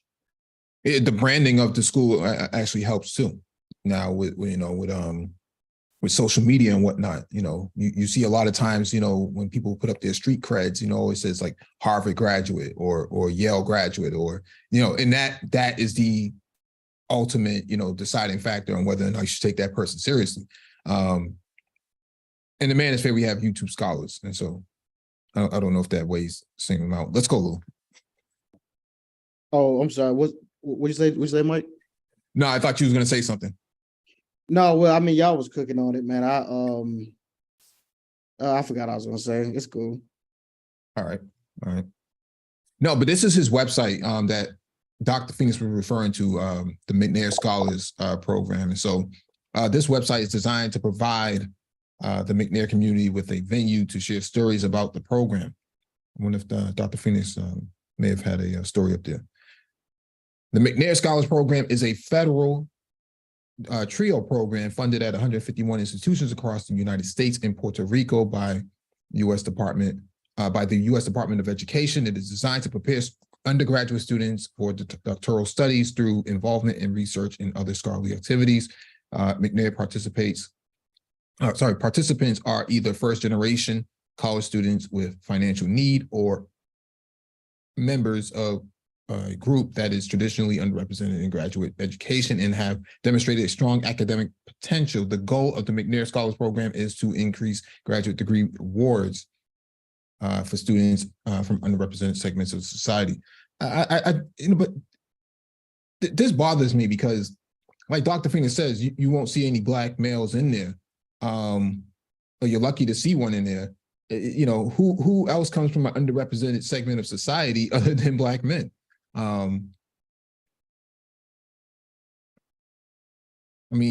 Chicago is an underrepresented segment of society, if you let the conservatives tell you. But I'm saying I don't understand why there's so many places that are impacted through social disenfranchisement, but you don't really see the men coming out of those communities, the males coming out of those communities in the McNair Scholars Program at the same level that you should of other groups. And so some work needs to be done there. Definitely needs to be done there.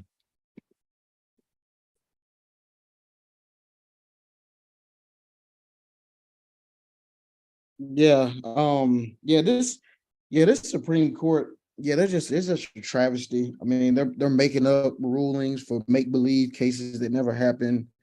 They call it, this whole deal we're here. I saw that link that I just watched with Renaissance Man posted. Roland Martin asked George W. Bush should they remove legacy, and he just totally ignored it. Like, oh yeah, he didn't ask that man a direct question. But that's why he is one of the worst presidents of all time. But man, it's I don't really know what to say. No, it's just that in this social space, I saw a lot of guys out there with their pom-poms and popping bottles and stuff like that, saying, this is a victory. Actually, I should have put that screenshot up. I was going to say, Mike, the thing with the pom-poms is it goes back to, I've noticed anything in this space, they associate higher education with Black women. So that's why, so that's why when they see, this coming down, they think, oh, well, this doesn't affect Black men. And, in their view, they don't see many Black men going to college or things like that. So they just think, oh, it's kind of like the student loan thing as well, too. Guys were getting angry when Biden proposed it. Because once again, they associate higher education and student loans with just Black women. So they also see post-secondary education or college as effeminate. Yeah, that's true too. Can I just say something really quickly? Because something that's kind of always bothered me about Black YouTube in general. Because I've seen you do have a number of Black males who are academics on YouTube. And I'm just gonna be really frank here. If you're coming on YouTube and your point, and as a Black man, you're an academic, in part, you have credibility because you are an academic, because of your educational background. Right. And so in my opinion, for men to come on and then talk about these things, because I was reading through some of the stuff you had up earlier from that, whatever that was. And I would be honest with you, man. Some of that stuff reads generic. It's kind of really, well, the part about the affirmative action for Black men, that if you go to the VA's website, you go to Social Security website, they literally have the same statement about increase of pay based on cost of living. They literally have the same statement, damn near word for word. But the point is that what good is it to be coming on this and just having conversations with Black men, but then you're not being honest about how you got to where you're at. You're not talking about how you got to where you're at and why you and how you should be trying to create more men like yourself. Talk about those real experiences. Don't just sit here and placate to dudes, placate to Black men who are complaining because they think, oh, well, if affirmative action is gone, so we're going to stick it to Black women, because no, Black people in general gets hurt by this. Absolutely. But if you have your damn academics on here placating to a certain group of men, then what good is it? Then what good are these so-called folks on YouTube? I mean, because as far as I know, the Black academics I know, they too busy getting money for funding studies and stuff like that. They got nonprofits. Certainly a lot of Black females I know that are PhDs, they got nonprofits and stuff like that. And they can sit there and bring in other Black women. But for all these PhDs that are sent online and they do no such thing, I mean, truth be told, I mean, what good are they? I'm just saying. I mean, look at this comment here from Ian Rowe.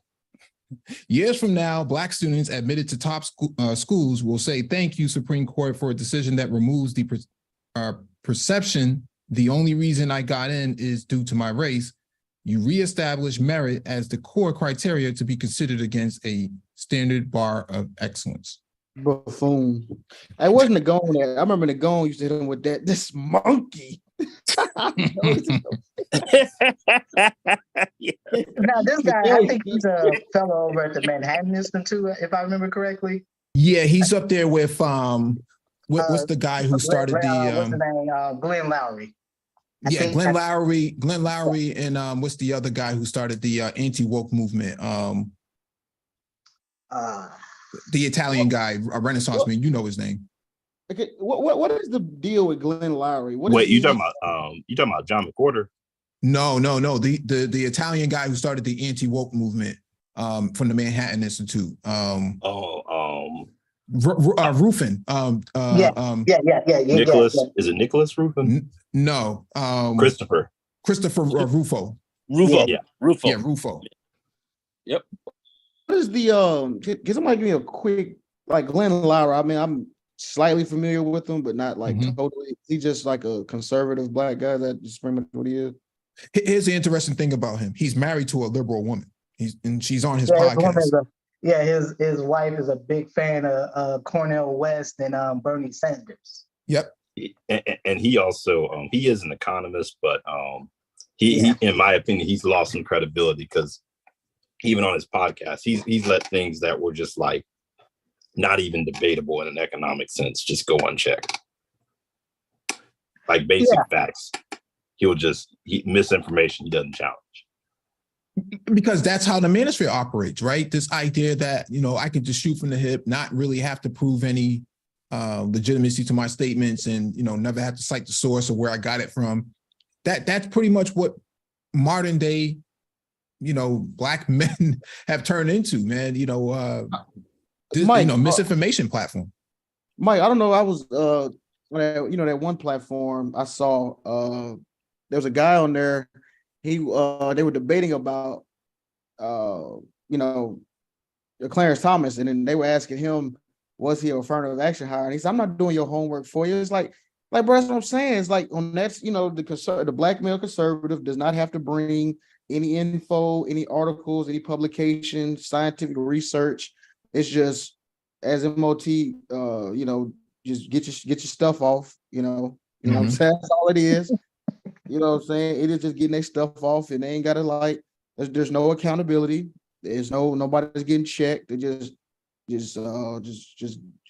running off at the mouth saying nothing. And like this whole deal, like this dude right here, you talking about black students admitted they gonna be happy. They still gonna look at you like it don't matter what you're talking about. And I mean that's truly the really insulting part about that. Every black person who's gone to college, especially you got into some of the highest levels of academic success in this country, you already know you're going to be one of maybe two people, probably the only person if you're in a PhD program, you're in a graduate program, you already know it's going to be a handful of them. You can count them on one hand. Yep. And people are already looking at you. They're already looking at you sideways and already questioning. They're going to question you no matter what you do or no matter how much you demonstrate you were academically better than them. And that is something that I do fundamentally have a problem with when guys bring up asinine comments like this. This is silliness. Yep. No. Oh, go ahead. No, go ahead. No, I was just going to say, no, that's absolutely correct. That this idea that that you're going to somehow change this perception or things like that, it doesn't make sense. And the other thing is too, what it could do for some of these schools, if some of these schools do backslide on their diversity initiatives, it could also make it where black students just opt not to go, because a lot of times that conservatives will just spin this narrative of like, oh, well, affirmative action, say UCLA is the most notorious case in California with Prop 209 and how that, Ward Conley and how that ended. And then the number of UCLA students fell dramatically. But what people don't talk. Wait, so you say again? It was almost by half. The black student applicants and population of UCLA dropped by almost half. Yep, exactly. And see, that's what people don't talk about. They'll just make it sound like, well, these students' enrollment dropped because these students weren't qualified to go. And it was like, no, the enrollment dropped because people perceived it then as being a hostile environment, that people just decided, hey, either I don't want to go there because there's going to be very little community, because anybody knows if you've been on the campus of a PWI, the way things work for the most part is your black students almost have like the Black Student Union, and other groups that they eventually coalesce around. But if you end up in a situation where that infrastructure is not there, people are just going to say, hey, I don't want the fly in the milk experience, or I perceive this institution to be outright hostile towards me, so I'm going to go somewhere else. And that's what happened. A lot of students just opted not to go to UCLA, not even apply. A lot of black students. Speaking of, just having black academics on YouTube, for all the black male academics that are on YouTube that talk to black men or placate to them, I would like to see them do an actual study going into, let's really dissect this idea of who's really qualified for college, and really delve into the numerous cheating scandals that have occurred over the years. And those are just the ones that we've known about over the years. Whether it's the Asians, I mean, you essentially have an entire cottage industry of cheating, of companies and organizations who help Asian students cheat on standardized testing to help them get those high test scores to be able to matriculate into schools like Harvard or Berkeley or whatever. And the same thing with a lot of the white students. We just looked, it was just what, three years ago, where you had those celebrities out of California paying for the students, paying for the kids, having the testing scandal, and then paying for their kids to get into schools like USC and UCLA. Yep.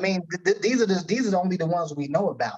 But any black person that's gone to college, I can tell you from my own personal experience, you would be amazed to know how many of your medical professionals were sitting up there cheating in their cheating for their prerequisite courses. They're sitting up there cheating in their biochemistry and their anatomy physiology courses because they had family members who took the courses. They had friends who took the courses the semester before, the year before. They still had the syllabus. They had all the old exams because they don't change out the damn exams at these schools. They just amend the questions or move some questions or reword them, but the questions are mostly still the same, and they give the exams to their friends, and then everybody, you get a whole ring of them that are just doing it, that are just sitting here sharing these old exams, and oh yeah, they all getting A's on the exam, while the black students are actually really doing the damn work.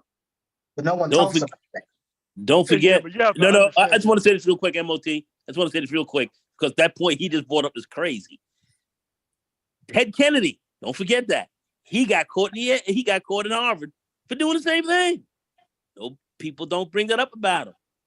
These guys been doing this crap for centuries. It's notorious in law enforcement as well. Oh yeah. Law enforcement is very notorious. They caught that in Boston as well, and the firefighters as well. Firefighters. It was a similar problem in Chicago with the firefighters cheating on the exams and stuff like that. Because pretty much anybody from Chicago, I'm from Chicago, that know that the fire department is essentially run by the Polish. It's nothing but Polish folks who run the Polish and the Irish are making up the ranks of the fire department. Yep. And it's been long known that these folks were cheating for years on the fire department exams. But go ahead, I'm sorry. Yeah, let me play this clip real quick.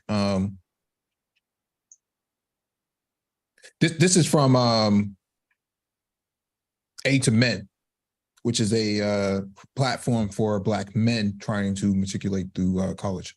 So.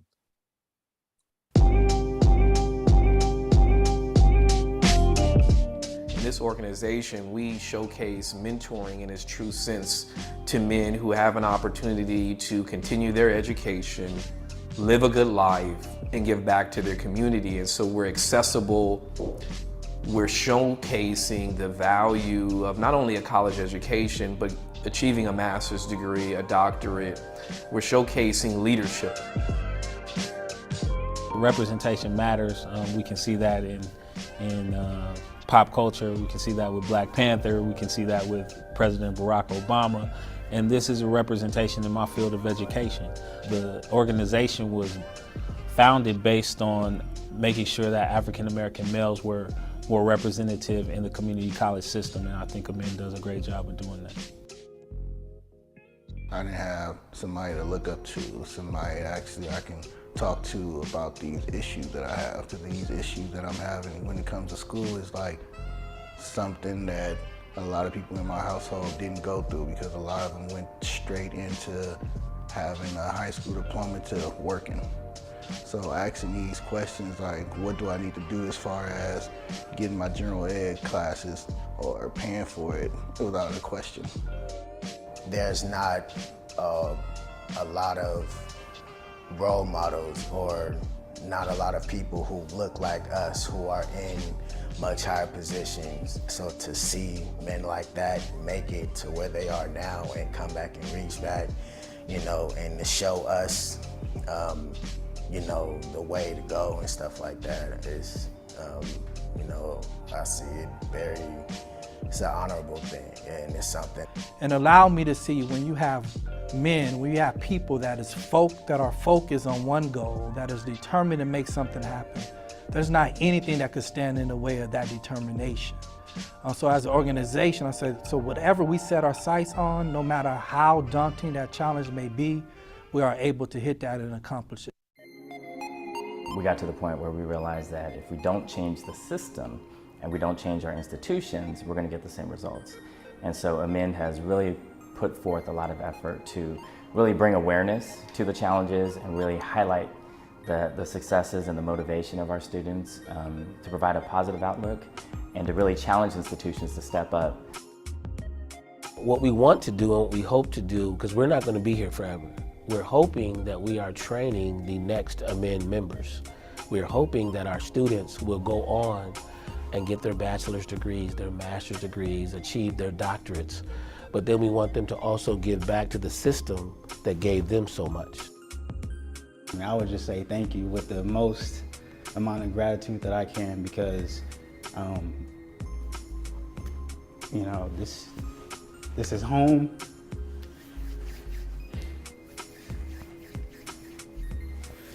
I didn't expect that.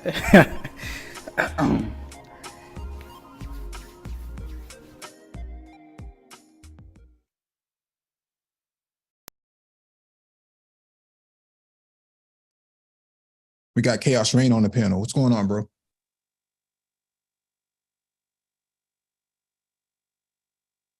Oh, sorry, my mic's on. Yeah. My question to you, Mike, or anybody. I know a lot of Black men say and push certain things. In regards to now of this decision, how much you think of our youth now, right there in sports that get the scholarships to go play in bigger universities, or the ones that have to make the grades to get into, you know, these top 10, top 20 universities?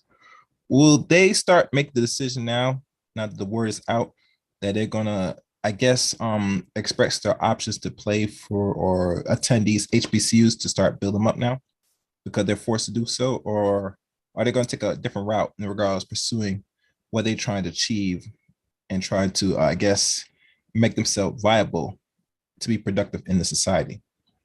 That's my question. Can you repeat the question in a different way? I'm just not really understanding the question. God, Mike, you make your life hard. Yeah, I didn't understand it either.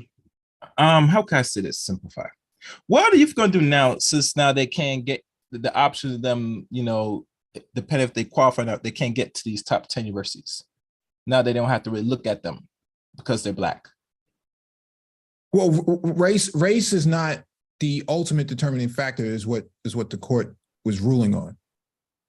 So when you say, you know, things about being more productive, you have to remember that most of your STEM graduates and lawyers and things like that come out of HBCUs. It's very few that actually come out of the PWIs. You know, PWIs do take a considerable amount of Black people, but because it has a larger capacity to do so. But the HBCUs are the ones that are really pushing, you know, the majority of your STEM graduates and your other productive graduates in major industries, vertical industries. And so I don't think it makes that much of a difference to that extent, but I do think that we have to have an even playing field in order to actually achieve the goals of what affirmative action was really set out to do. If you don't take away legacy admissions, then you're not playing fair. That, you know, you're tying one hand behind the backs of people, and so that's not fair. But I expect things to change probably in the next couple of years. Yeah, if y'all remember, Deion Sanders did coach for one of those HBCUs, and now he's coached for PWI. Do you think that a lot of players, because I know they are aware of things because of social media, that they might take a more harder stance, since these colleges depend on their gifts and skill to put money into these universities? No, the short answer to that is no. No, I'll tell you why. Okay. The short answer to that is no, and I'll tell you why. Your PWIs are typically your gatekeepers. Mm-hmm. Those schools are your gatekeepers. As you saw when he was at Jackson State, they didn't have nowhere near the resource nor the funding. Actually, they got more of it because Deion Sanders was there and because he was able to leverage his name and his reputation. But if you notice, you know, he went to Colorado, University of Colorado. I mean, it's a Power 5 school, but, you know, it's not exactly like a top tier school in that regard per se. But because they have the academics to back them up, they still have a lot of graduates who graduate. They go into was it Aurora, was it Anschwitz, I think it's called there, right outside of Denver. But the point is that they can do all of that. Boulder, Colorado has one of the highest incomes of any city in the country. Yep. Has one of the high. Yes, they do. I mean, it is essentially a mile-high city with a bunch of wealthy people. And Dr. Phoenix, don't forget about NIL now too, where players can now collect money. Yeah. And that's really the problem. I mean, that's really the problem. The HBCUs cannot do that. They cannot provide, they cannot give students that kind of money. And really they don't have the alumni who are essentially the gatekeepers to the NFL, to the NBA, even to a lot of these STEM programs. If you're looking at going to school, you're looking at going into some of these fields, and you're looking at going into some of these big companies, Google, Apple, some of your big biopharmaceutical companies. Yeah, typically, your PWIs, they have internships, they have private, they have all kinds of, they have networks that they can plug, their students can get plugged into, that allows them to get into these fields. Again, when Mike and I were talking a couple of days ago, you talked about Epic. Epic came out of UW-Madison. Yep. The Siri, Apple's AI program, came out of UW-Madison. In fact, UW-Madison sued them a few years ago because it was their research. They were the ones that created it. It was the professors and the students there who helped to create the AI Siri. Is that UMass? That's what you're saying? UW? What are you saying? I said UW-Madison. UMass. Okay. All right, continue. University of Wisconsin, Madison. Yeah, I think Apple started as a part after the George Floyd incident. I think that they have a new initiative to partner with the HBCUs for recruitment. And I think they put 2 research labs out there, one in Atlanta and one's in Detroit. I think we covered it about a year or so ago. Yeah, I was going to say, Mike, the only thing with that is that even when you, I think Dr. Phoenix's point is that it tends to be very select HBCUs. Like there are tons of HBCUs across the country, but it's a handful that get those types of relationships and recruiting. Your Howards, your Morehouse, your Spelmans, your Tuskegee. Morehouse, but definitely Spelman. Yeah, definitely Spelman and Howard. I mean, that's essentially when companies tell you they're diversity hire, that's where they go to. They go to Howard and Spelman. That's pretty much it. Sometimes they go to Hampton, but mostly Howard, Spelman. That's pretty much it. I think from a STEM standpoint, I think North Carolina A&T is supposed to be. Yep, that's another one. It's supposed to be the benchmark for HBCUs in regards to STEM, and so I'm just making the point that they're starting to partner now, because I saw the press releases for a lot of their DEI initiatives that they're partnering with these institutions to try to pick more Black talent. So. Yeah. It's just right now, we'll see how far it goes. Just right now, like I think Dr. Phoenix said, it tends to stop at those handful of institutions, and you don't get, necessarily, if you go somewhere like, a South Carolina State or something like that, it's not going to be the same thing. I mean, even if you look at a city like Atlanta, for example, and you have Emory, you have Morehouse, you have Spelman, Clark Atlanta, you have Georgia State University. Georgia Tech. Yeah, you have Georgia Tech, which technically Emory and Georgia Tech, they're pretty much partners. So they're partnering together. And you look at the University of Georgia system. So, I mean, for the most part, even when schools do that, you have Kennesaw State to a lesser extent as well. But when you start to look at the schools that really get that who are truly the gatekeepers for a lot of these professions, a lot of them, they're pretty much PWIs. Yep. When it comes to really shuffling their students, especially their top students into these various professions and such, they are typically the gatekeepers, and the same is true when it comes to sports. They are the ones who typically hold all the cards for black athletes. University of North Carolina, everybody knows the most famous athlete to come out of there was Michael Jordan. You got Duke, not too far away. That triangle. Yeah, that whole NC State, Raleigh, Durham, Charlotte triangle.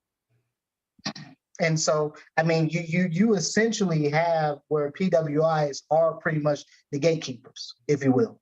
So.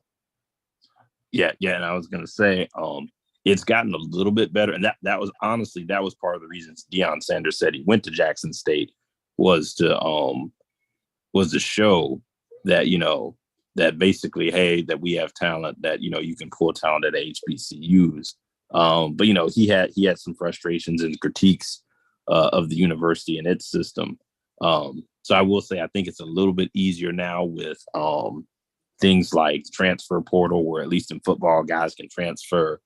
There's social media, so it's a little bit easier to get out there. But I mean, the fact still holds that, outside of someone like Steve McNair, you really can't really talk about really a black quarterback that came from an HBCU that's made a lot of noise in the league. And that sort of strength, I think, speaks to what you're talking about, Dr. Phoenix, gatekeepers and momentum. Yeah, absolutely. I mean, you look at a school like LSU. We all saw what happened a couple months ago with the women's NCAA final. And, you have the star player on that team. I mean, this young lady has a whole following. I mean, this young lady, she's making a lot of money due to the NIL. I'm not even mad. I don't know. Look, it is what it is. But I'm certainly for Black athletes. Hey, if you're going to go to these schools, you're going to help build up their reputation, their name, and they're going to make billions off of you. I think at the very least, that's what they should be providing for them, at the very least. Because again, most of these athletes, they can't even use their own likeness. Well, they can now. What? I'm sorry, say again? I said they can now. Okay. I mean, you go to schools like LSU Baton Rouge, there's a big statue of Shaquille O'Neal there. They have a hotel and they have a shack suite, their top suite, most expensive suite is named after him. And it has this huge super California king size bed in there. And essentially, people come there. There's nothing but alumni that gets to come there and stay there. They're best of their top alumni. So I mean, again, these schools are gatekeepers. And in fact, right now, Shaq's son goes to LSU, doesn't pay a dime. That's the whole thing about legacy admissions. His son goes there and doesn't pay nothing. And I'm willing to bet they're probably paying him right now. Oh yeah, definitely. Definitely. Let's go around and get some closing thoughts. Chaos reign.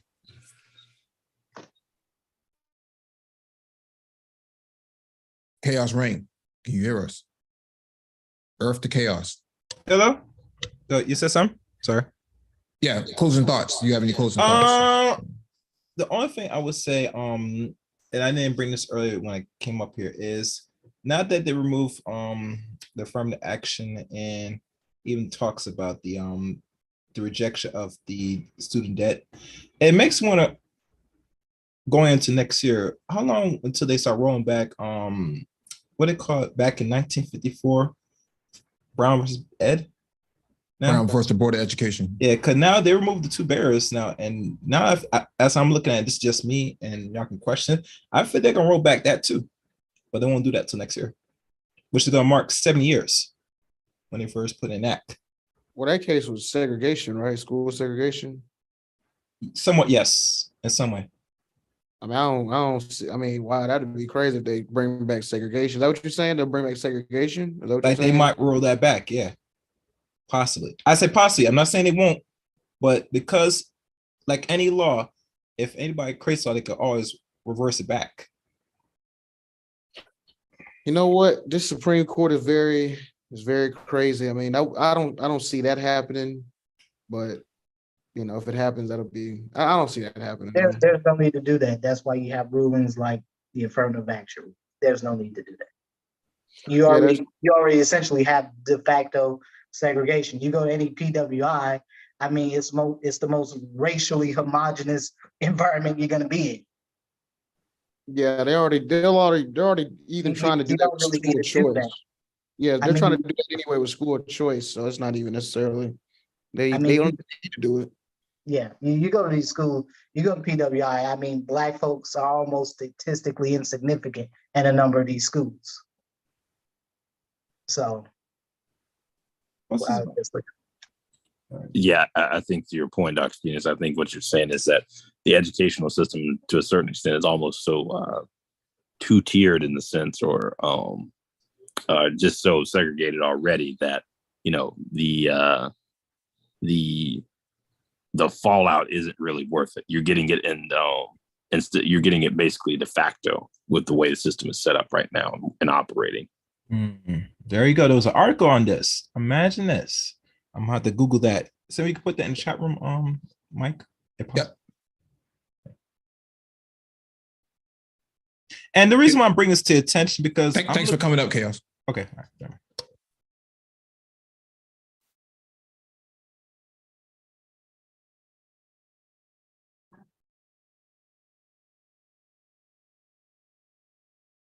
Go. Good show, Mike. Thanks for having me up. All right. Yeah, I'll go ahead and bounce out. Yeah, I missed the first hour. I'm gonna go back and listen to some of that. Yeah, I appreciate for having me on. Salute to the Brain Trust, Mike, MOT, Nagone, Renaissance Man, Dr. Phoenix. First time talking to you. Good chat. Y'all have a good one. Enjoy the rest of y'all Sunday. Peace, bro. Peace. No, absolute question. MOT. Have you talked about this article yet? I had to cut out for a minute for a phone call. No, I haven't talked about it. I think Chaos Rain had brought it up, and I just wanted to actually highlight it. That. Oh my God. I'm not sure what they can challenge, but I don't think so. I mean, I just drove past the monument when I was last in, Kansas City area. So I urge people to go over there and just go look at the monument if you're actually in the area. But it's just that the things that the Supreme Court is doing is purely ideological. No one is really asking them to do the stuff that they are doing, but they are clearly letting people know that there is something wrong with the court, because all this legislating from the bench and activist judges, you don't hear any of that talk anymore now that they're in charge, doing the things that they're doing. Yeah. You clearly don't hear it anymore. So it's just that they just wanted to placate people until they got in charge so that way they could do whatever they wanted to do. And I just hope that whenever the left gets back in charge, that they start being as hawkish as these people are about changing things. Like, stop making corporations people. Just all kinds of things. Getting rid of, qualified immunity on a federal level. I mean, it's just that these are the unelected things that happen when people don't participate in the process. These things happen and you have no way of kind of overturning them. And now these people are going to be in charge for the foreseeable next 30 years, that you're not going to be able to get anything through. And especially not a black male agenda of any kind. So that's what I wanted to say. So thanks for having me on, man. Hey, no problem, bro. All right. Dr. Phoenix. Thanks for having me, Mike. I really appreciate it, brother. Always a good conversation. I absolutely concur with what MOT just said. A major part of the problem has just been real truly the inaction of Black people and Black men specifically, and apathy. So you may continue to see more things like this happen. Not necessarily, I don't think that they're gonna go after Brown versus the Board of Education. I don't think they were gonna go after that. But nonetheless, if you think for 1 minute you're going to be able to do anything with this kind of judicial legislation going on, as Black men, I'm not so sure about that with this court. So, thanks for having me, Mike, and you guys have a good weekend. Enjoy your holiday. Absolutely, you too. Thank you, Renaissance Man.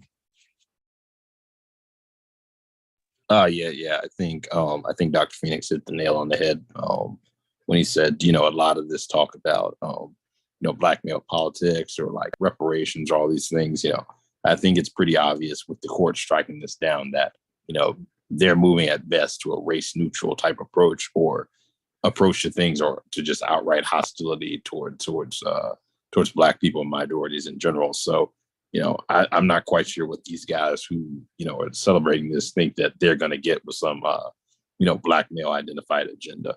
So that's all I've got.